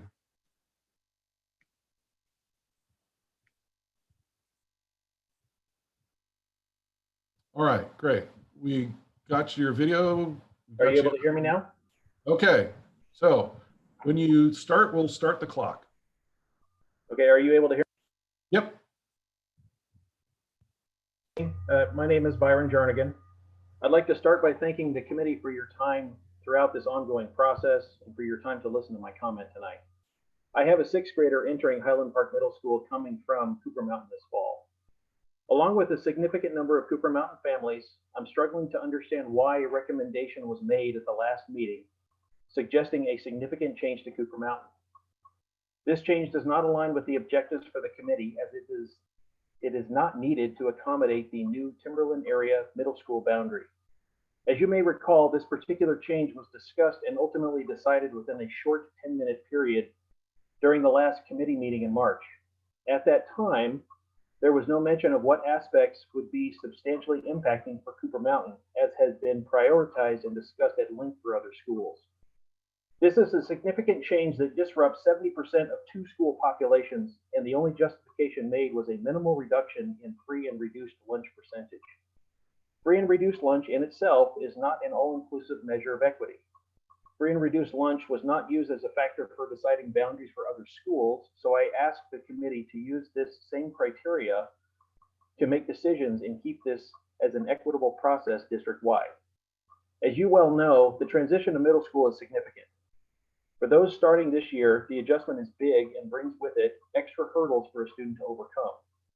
Consistency and developed community support systems are key to educational, emotional, and social success. Let's do what's best for all Beaverton School District students and limit change to where it is necessary to satisfy committee objectives. Please consider these factors along with the multitude of comments from the Cooper Mountain community. Please ensure all recommendations align with the objectives for this process, utilize the same criteria, and are made with adequate time and discussion. Please reconsider keeping Cooper Mountain feeding to Highland Park Middle School. Thank you.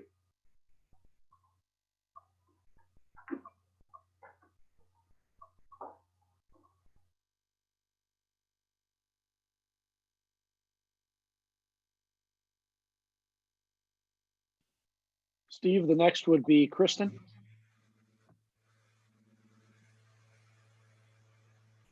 Hi, I'm Kristen Ballou from Finley Elementary. Thank you, Steve and committee members, for your time and effort spent on this process. The purpose of my testimony is to share my thoughts on the proposal for an elementary school boundary adjustment process.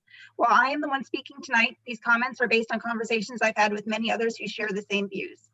At the last meeting, a very close vote resulted in a planned recommendation to take on a new elementary boundary adjustment process.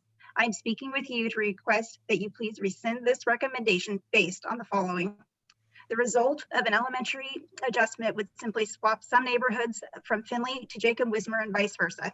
This would result in displacing families from their current communities for the sake of convenience to walk to middle school for one neighborhood, even though walking is not a unanimous desire within that neighborhood. The vote was based on the elementary boundary adjustment occurring now, before the opening of Timberland. Given the delays in the middle school boundary process and the COVID limitations, it does not seem reasonable to introduce a new boundary process at this time. Given the current environment and our responsibility to conserve time and resources at the district, we do not believe that initiating a new boundary process for elementary is a prudent use of limited resources at this time.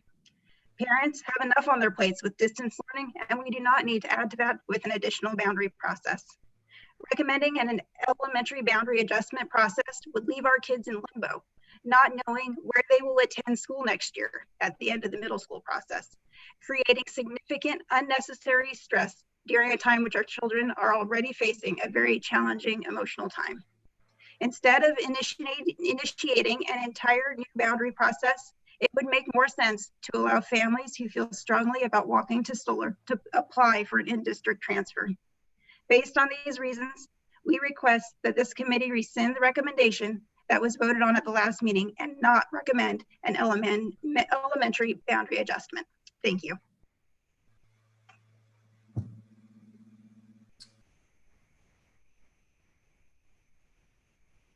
Stephen, you're on mute.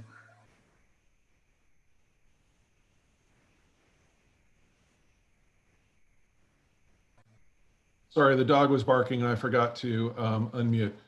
Thank you to Ms. Ballou, and we're now on to Mr. Taylor.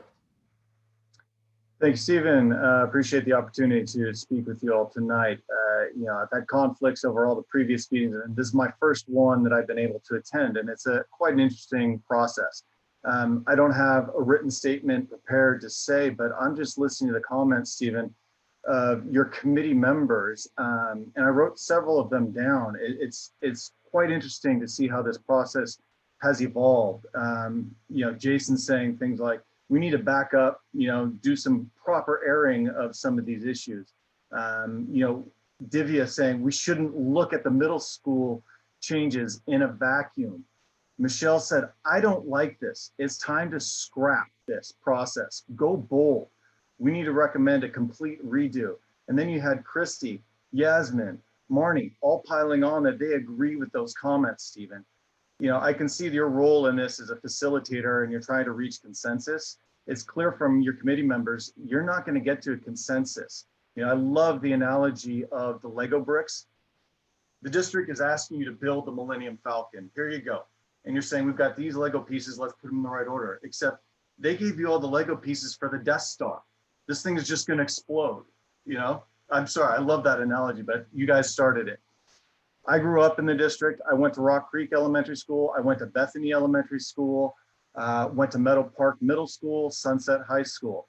And at that time, there were elementary schools that fed each middle school as a cohort. Each of those cohorts in middle schools went on to high schools, right? And what that did was created communities. There are communities within each high school, within each middle school.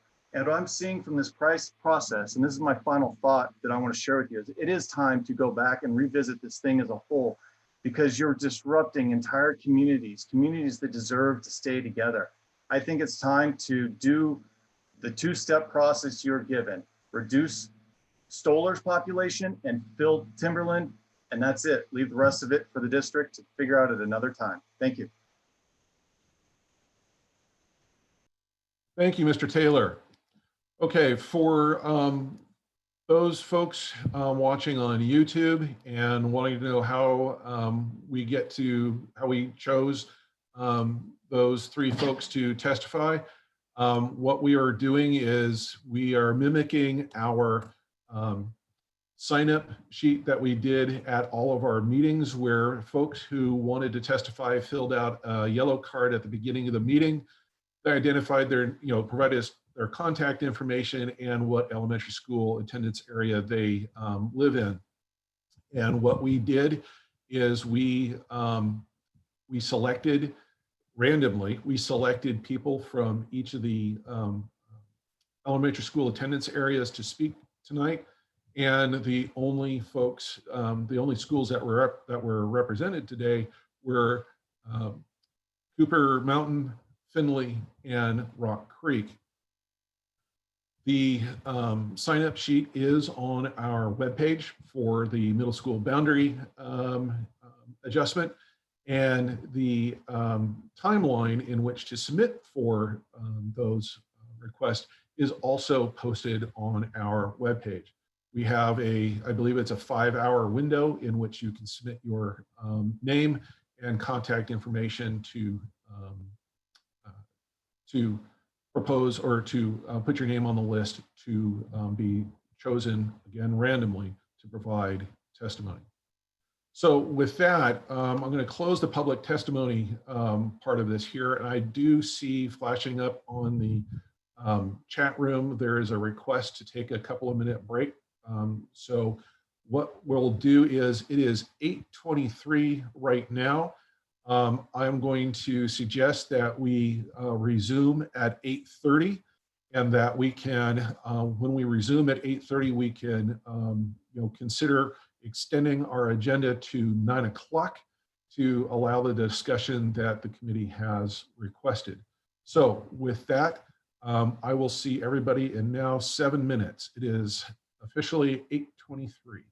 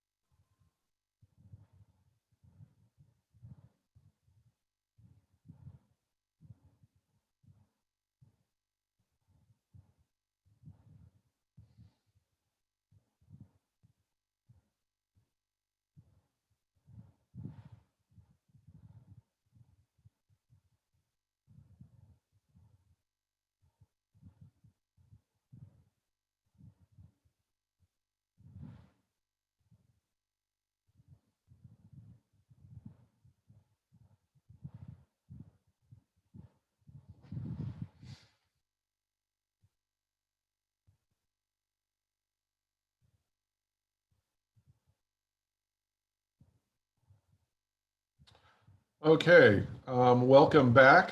We are still having a few of our committee members filter back on. So we'll wait for a few more minutes, well, maybe not minutes, hopefully another minute or so to get everybody back on, and we will resume our conversation. Seeing that we have a majority of the committee back, I would like to suggest to the committee that while our agenda has an 8:30 close time, I would like to suggest that you consider having an extension of the agenda another 30 minutes. When we get to 9 o'clock, if you would like to consider another extension, that would be fine. But just showing your hands in the screen if you agree to continue to 9 o'clock. Just yay, nay. Okay, so I'm seeing a close enough majority that we will go ahead and do that. The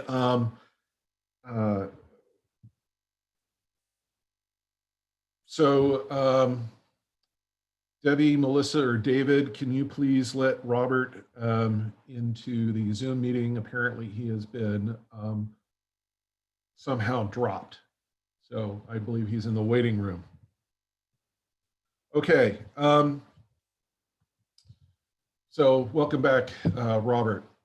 John, if you are there, can you please turn your camera on, as well as Abdul, Mike, and Matt? Thank you. So John suggested, before we went to public testimony, to return to the Cooper Mountain question, or maybe the Mountain View question, in a bigger view. Robert, if you could please call up the map that will show the Mountain View, Highland Park, and I need my screen share turned back on.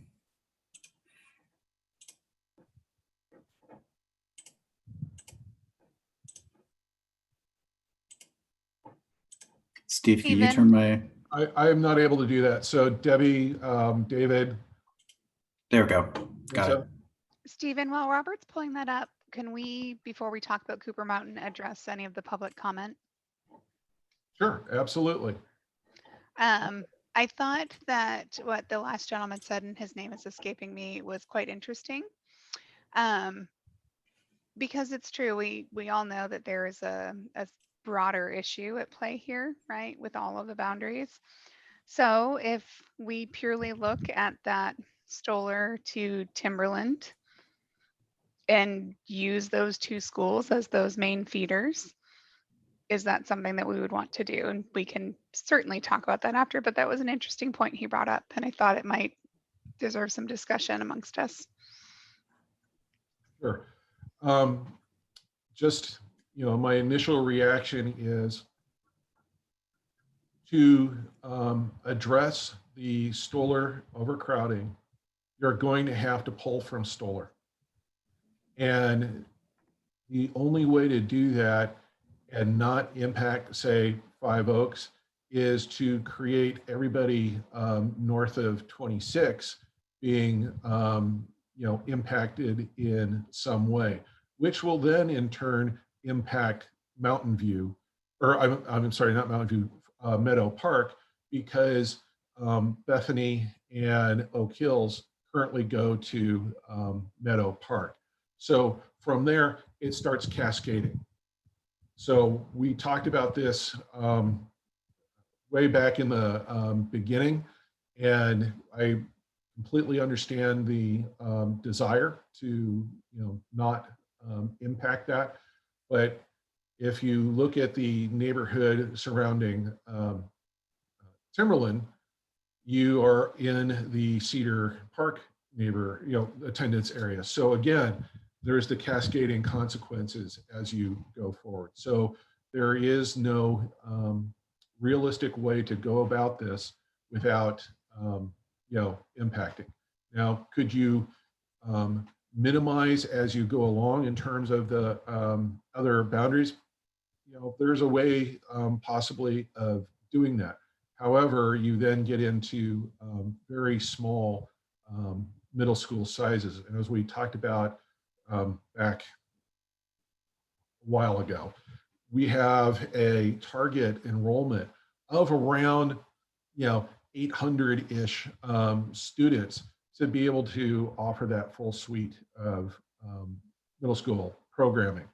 And if I have that wrong, Mr. Struckmeyer, please let me know, because that's not something I've looked at here recently. But Ken, did you want to? Steve, I would just say that's precisely it. Sweet spot is somewhere between 800 and 1,000 students. And smaller than 800 can still be done. It's just more intensive, and over 1,000 can be done, but based on the facility, it can only be done some places. Okay, so thank you.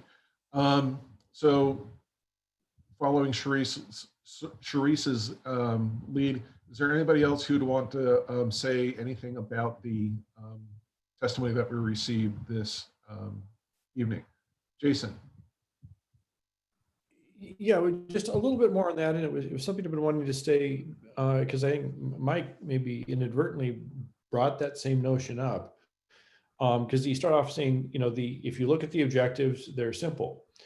Where I think he kind of lost me is that what's maybe missed is that if you look around at the various sticking points, the various problems, they are in areas away from those primary objectives.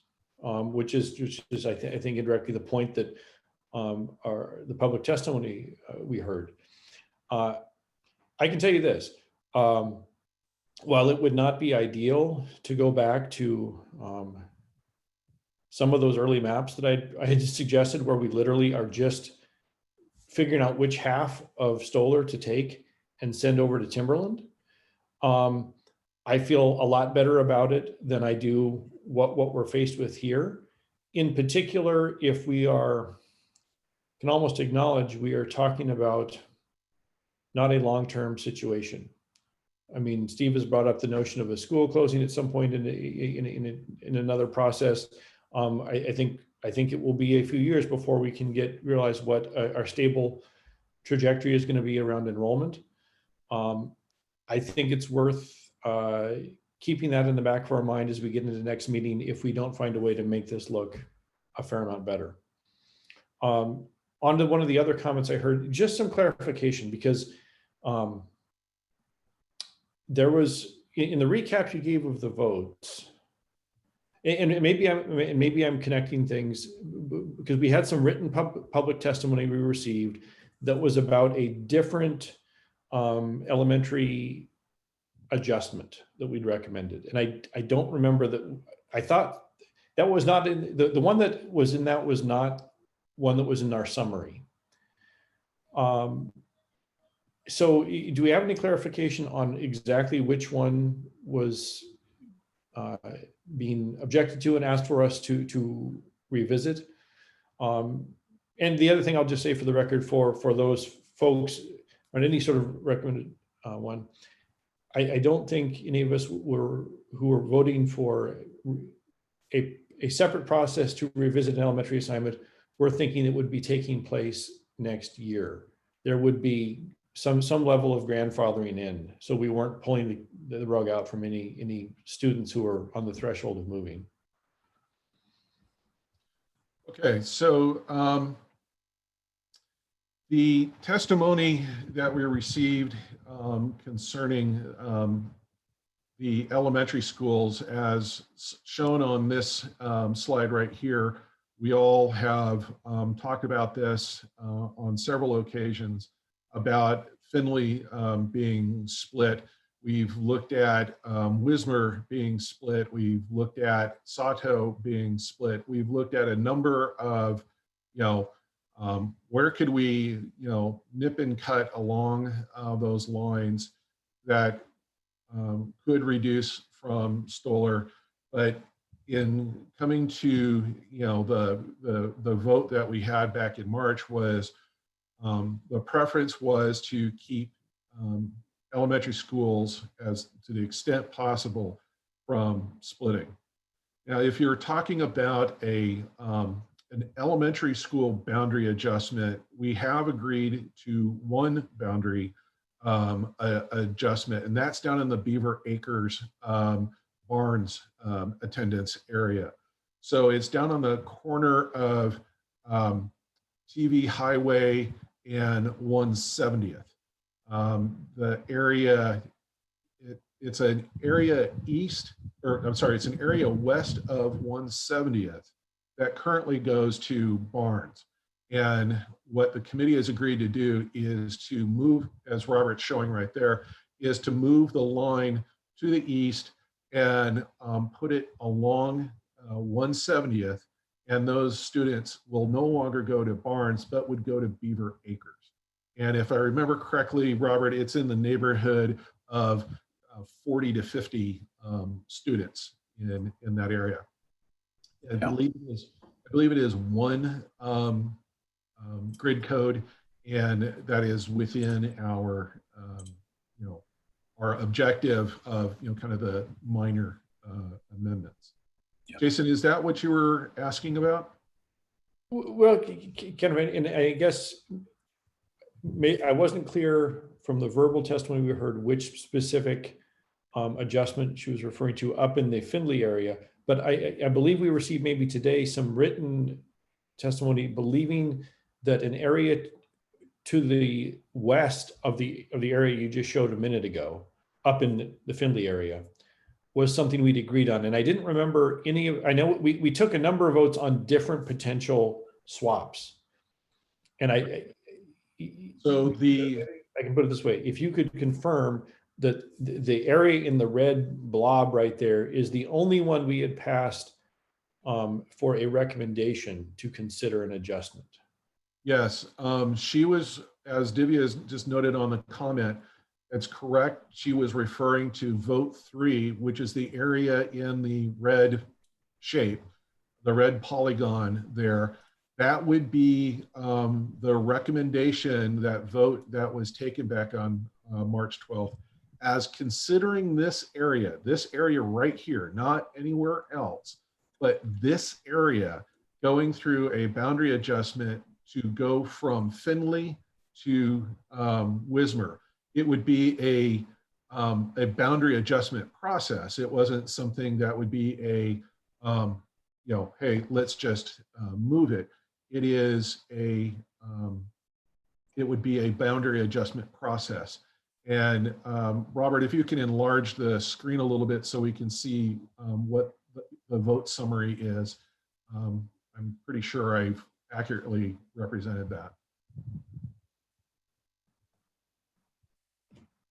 So that was what I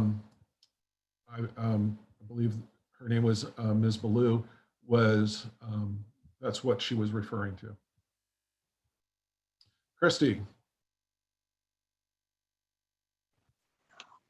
I believe with their comments, my interpretation of their comments was that if that segment, those grid codes were moved to Jacob Wismer, that there would need to be an offsetting number of students moved from Jacob Wismer to Findlay to offset, because Jacob Wismer would be overcrowded. So I think there was an assumption on their part that there would be some sort of swap throughout that process. Which could very well be, as again, a separate process. We would have to look at the capacity numbers and whether Wismer could handle that entire area or not would have to be discovered through a boundary adjustment process. David, I saw you pop up. Is there anything on the chat or? Yeah, you've got, I would just call attention to the chat conversation. Looks like Christy made a comment in there, but you chimed in there. Appreciate that. And then you have Charisse and Divya with their hands up. Okay, Charisse. So in looking at this, knowing we need to fill Timberland and knowing that all of these schools going to Stollers, Jason was talking about we have to move half of it, right? Moving Wismer and Findlay doesn't really make sense, even though we have moved Finley. As unpopular as it might be, we could move Springville and Sato and be done and leave the rest. I don't know if that's a thought exercise we want to go through or if that's a potential. There are so many issues in the rest of the map. Could that potentially force a full redraw and have that be the request that this all needs to be redrawn? Divya? I think this idea of Lego pieces, which was brought up a few times in the meeting and also one of the testimony, we should consider that. For me, Aloha Huber is one of those Lego blocks. Springville is the other. There's also a few other schools like Bethany Elementary is also one of the Lego pieces. So should we spend some time identifying those Lego pieces that we can move around? Seems like the idea has gotten some traction. So I'm sorry, Divya, should we talk about what? Should we talk about which elementary schools can be considered as those Lego pieces that can be moved around to balance equity or the 4 JZ factors, JZ policy factors? So, okay, I hear you. I want to return back to what John was talking about before our break in terms of looking at Mountain View in its whole scale, but also specifically the prior discussion that you had on the 12th about Cooper Mountain, and then by extension, the Chehalem West going to Highland. So those were the swaps that you discussed on the 12th. We've received a lot of public comment on that. We have heard about the the testimony this evening. So I would like to open for discussion. Let's look at the Cooper Mountain Chehalem votes, which were, I believe, votes 6 and 7, and because those are clearly sticking points of the committee. So, John, you started us off on that. I'd like to hear you start us off on this conversation. Yeah, sure. Thank you. I believe the gentleman who spoke from Cooper Mountain summed up my feelings on it really well. So I'm not going to rehash his points. I do feel though that the point was about free and reduced lunch, and we did make incremental improvement to Mountain View with our vote, but the incremental improvement was less than 10 points. It was in the range that you could have with just natural year-over-year changes. It doesn't feel like it was well considered. I think he captured it as a 10-minute conversation and a vote. In comparison and contrast to weeks and weeks and weeks of discussion on Five Oaks, Stoller, Timberland, in the area north of 26. So I feel strongly that all decisions that we've made up until this point, except for that one, should be locked, and we should revote on the full switch of Cooper Mountain to Mountain View. Thank you, John. Okay, so let's try and stay focused on the Cooper Mountain Chehalem. I know there are other sticking points that you're going to want to chat about. We have 10 minutes before we're going to ask again about continuing with the agenda. So I would like to, David, did we have any other hands up after John for this one? Yeah, you've got Abhijit, Matthew, and Mike. Okay, so Abhijit, why don't you start us off, and let's go with Cooper Mountain. I think the topic of boundary discussion is so subjective and relatively vast. We can keep talking about it and still not be happy. So instead of reopening everything, I agree with John. Let's focus on the open areas that we had. One was Cooper Mountain, second was Aloha Huber. Then let's see where that leaves Meadow Park and take it from there instead of reopening everything. Okay, Sorry, David, who was next? Matthew and then Monica. Wasn't Mike second? He appears to have withdrawn his hand. Okay, so Matt. Thanks. I don't want to beat the dead horse, but and I've been trying to raise my hand, figuring out how to do that. But I completely agree with John, and I've said this before. You know, we spent such an inordinate amount of time on the areas of focus. I get it, and we made some really great progress. And this meeting has kind of turned back into north of 26. And there is not going to be a consensus. We know that. That's not what we're, you know, that would be great if we could get it, but it's not going to happen. I really feel that we need to focus on this Cooper Mountain.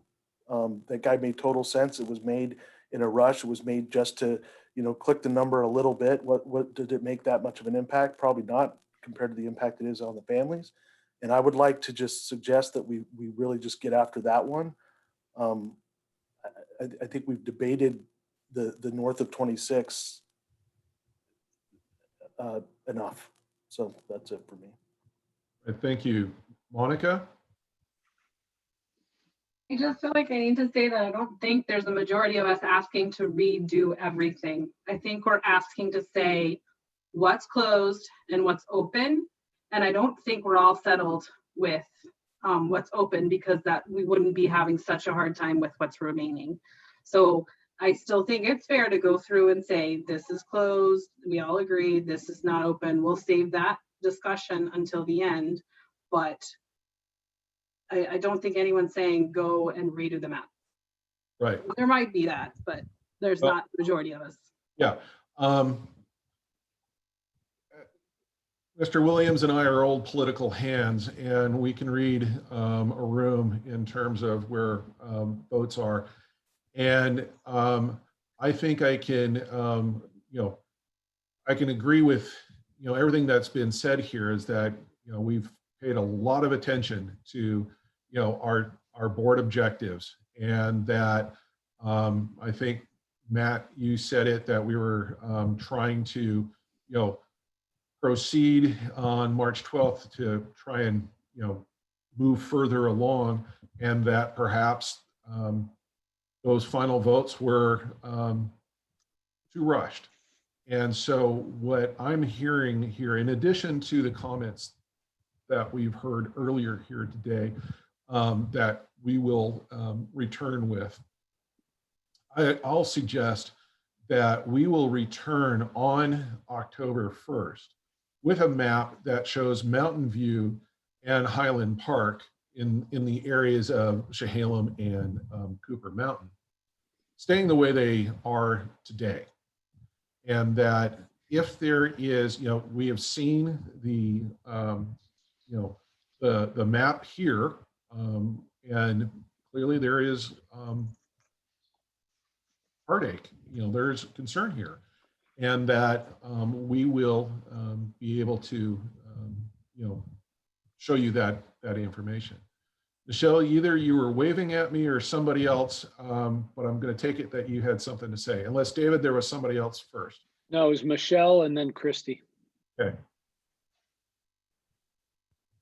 I do agree that that vote was rushed, and I think it does deserve some more attention.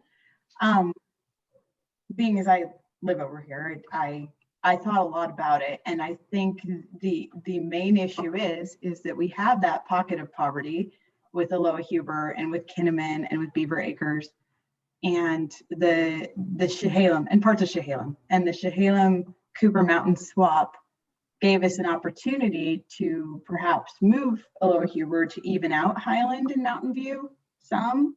I mean, maybe the one move didn't do it, but maybe it allows us to do other moves that evens it out a little bit. There's quite a bit of disparity between Highland Park and Mountain View currently. And I know that there are some areas of the district we can't make more equitable, but I feel like that's an area that we can have an impact on. And I feel like this is an opportunity to do that. Okay. Thank you, Michelle. Christy. Well, thanks, Michelle. That is, I agree with you again. Thanks for stating what I probably would not have done as nicely as you. The other thing I wanted to consider and propose to the committee is to revisit, I think it was vote 3, where we discussed that elementary boundary adjustment up in the northern part of the district. I know that the northern part, we're not touching it, but I'd like to maybe revisit that vote.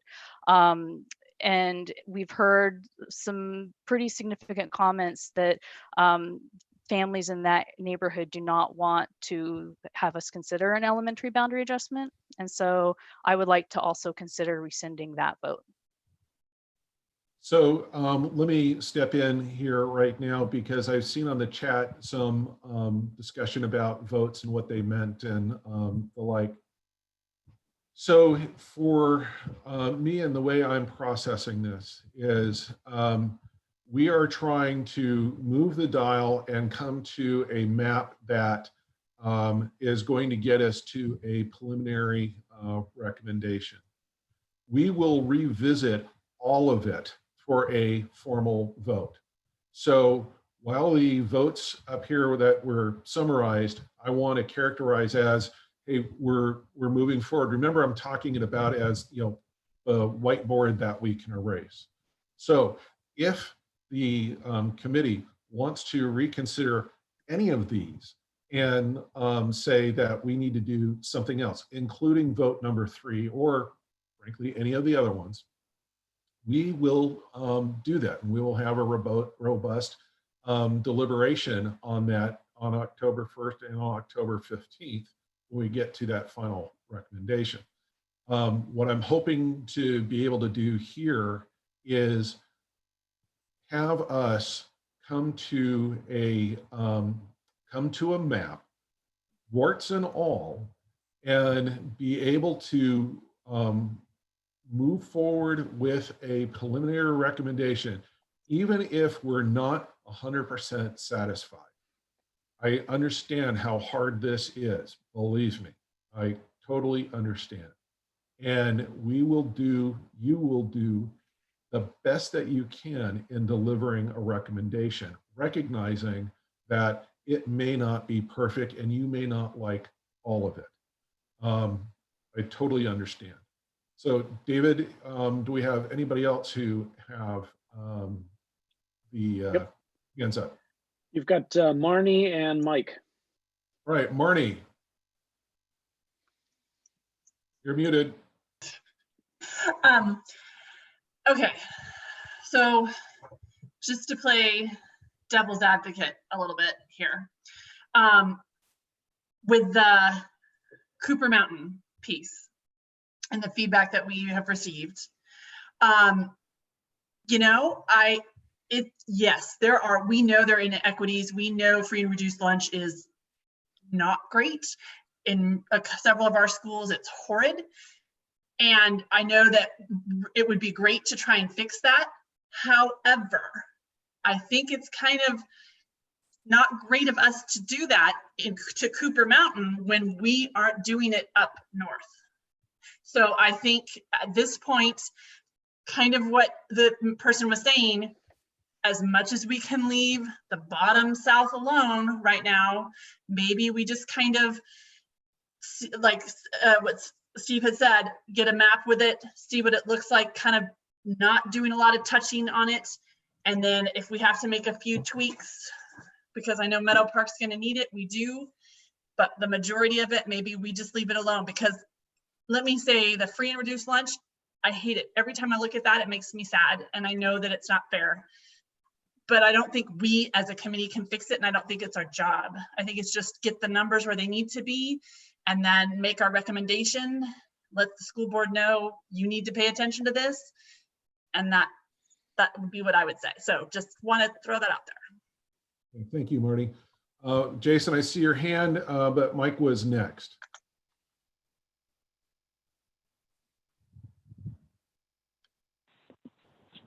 Thank you, Steve, and thank you, Marnie.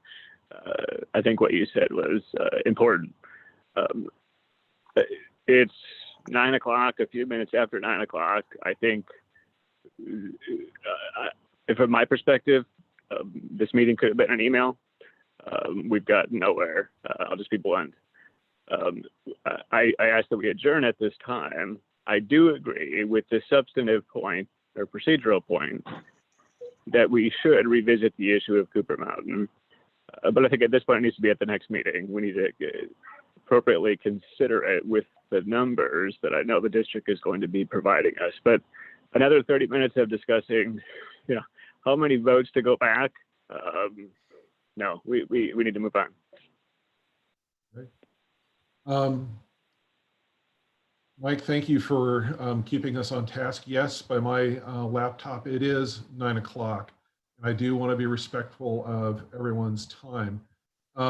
Jason, you had your hand up. David, is there anybody else who has their hand up? Okay, so let's do this. Jason, you can have the last word without going too long, please. Thanks very much. I'll try and be quick. Just to pick up on what Marnie said, but to disagree a little bit.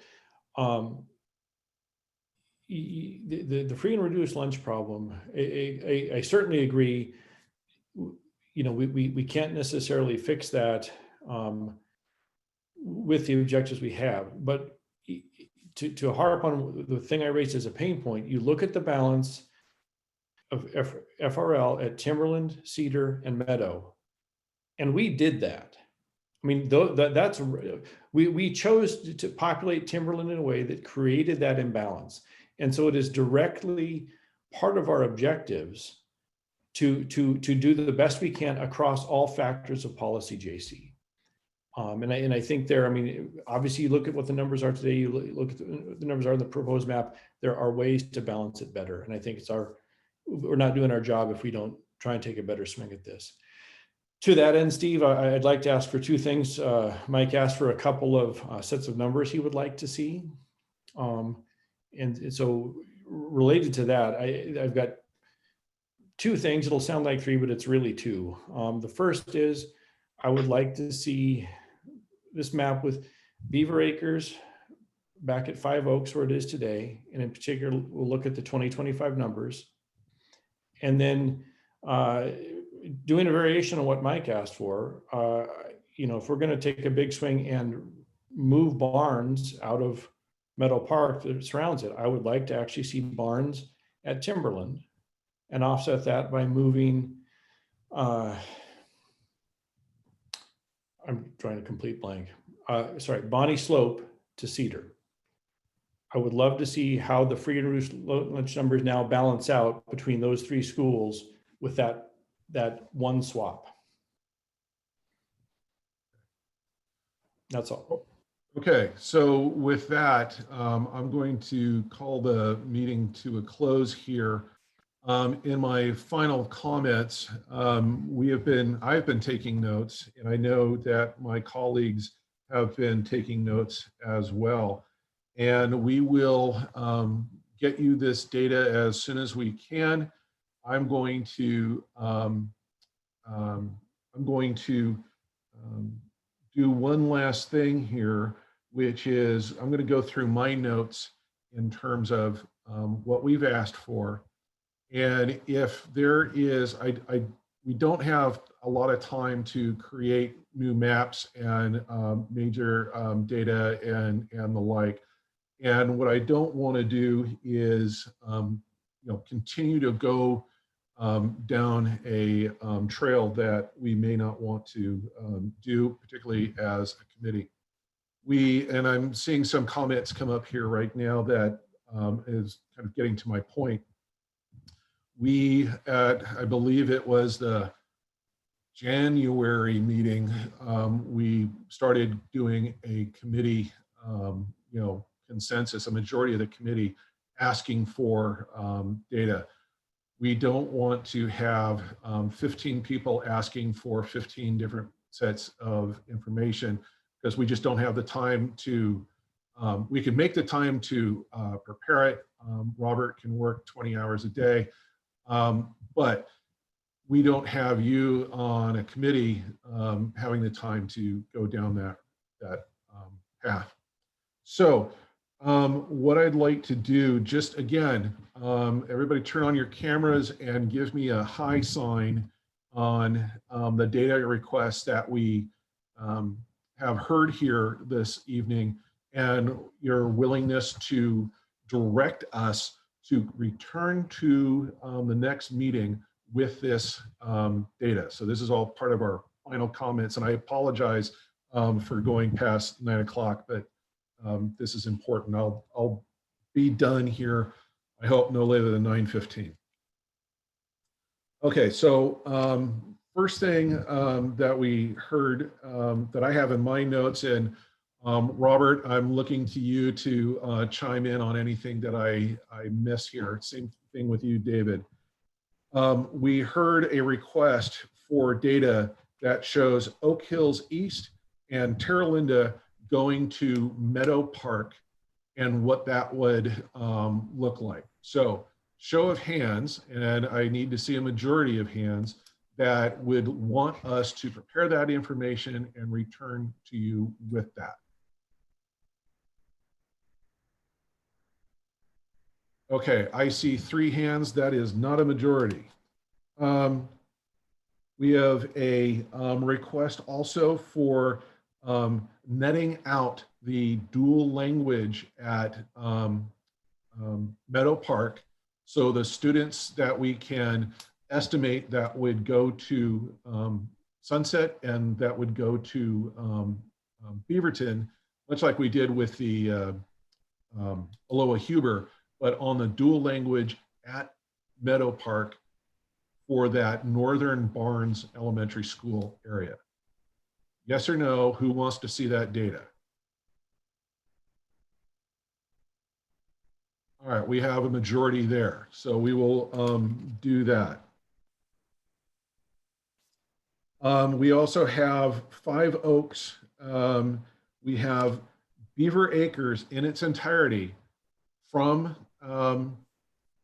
going to Meadow Park, going to 5 Oaks. All right, that is not a majority.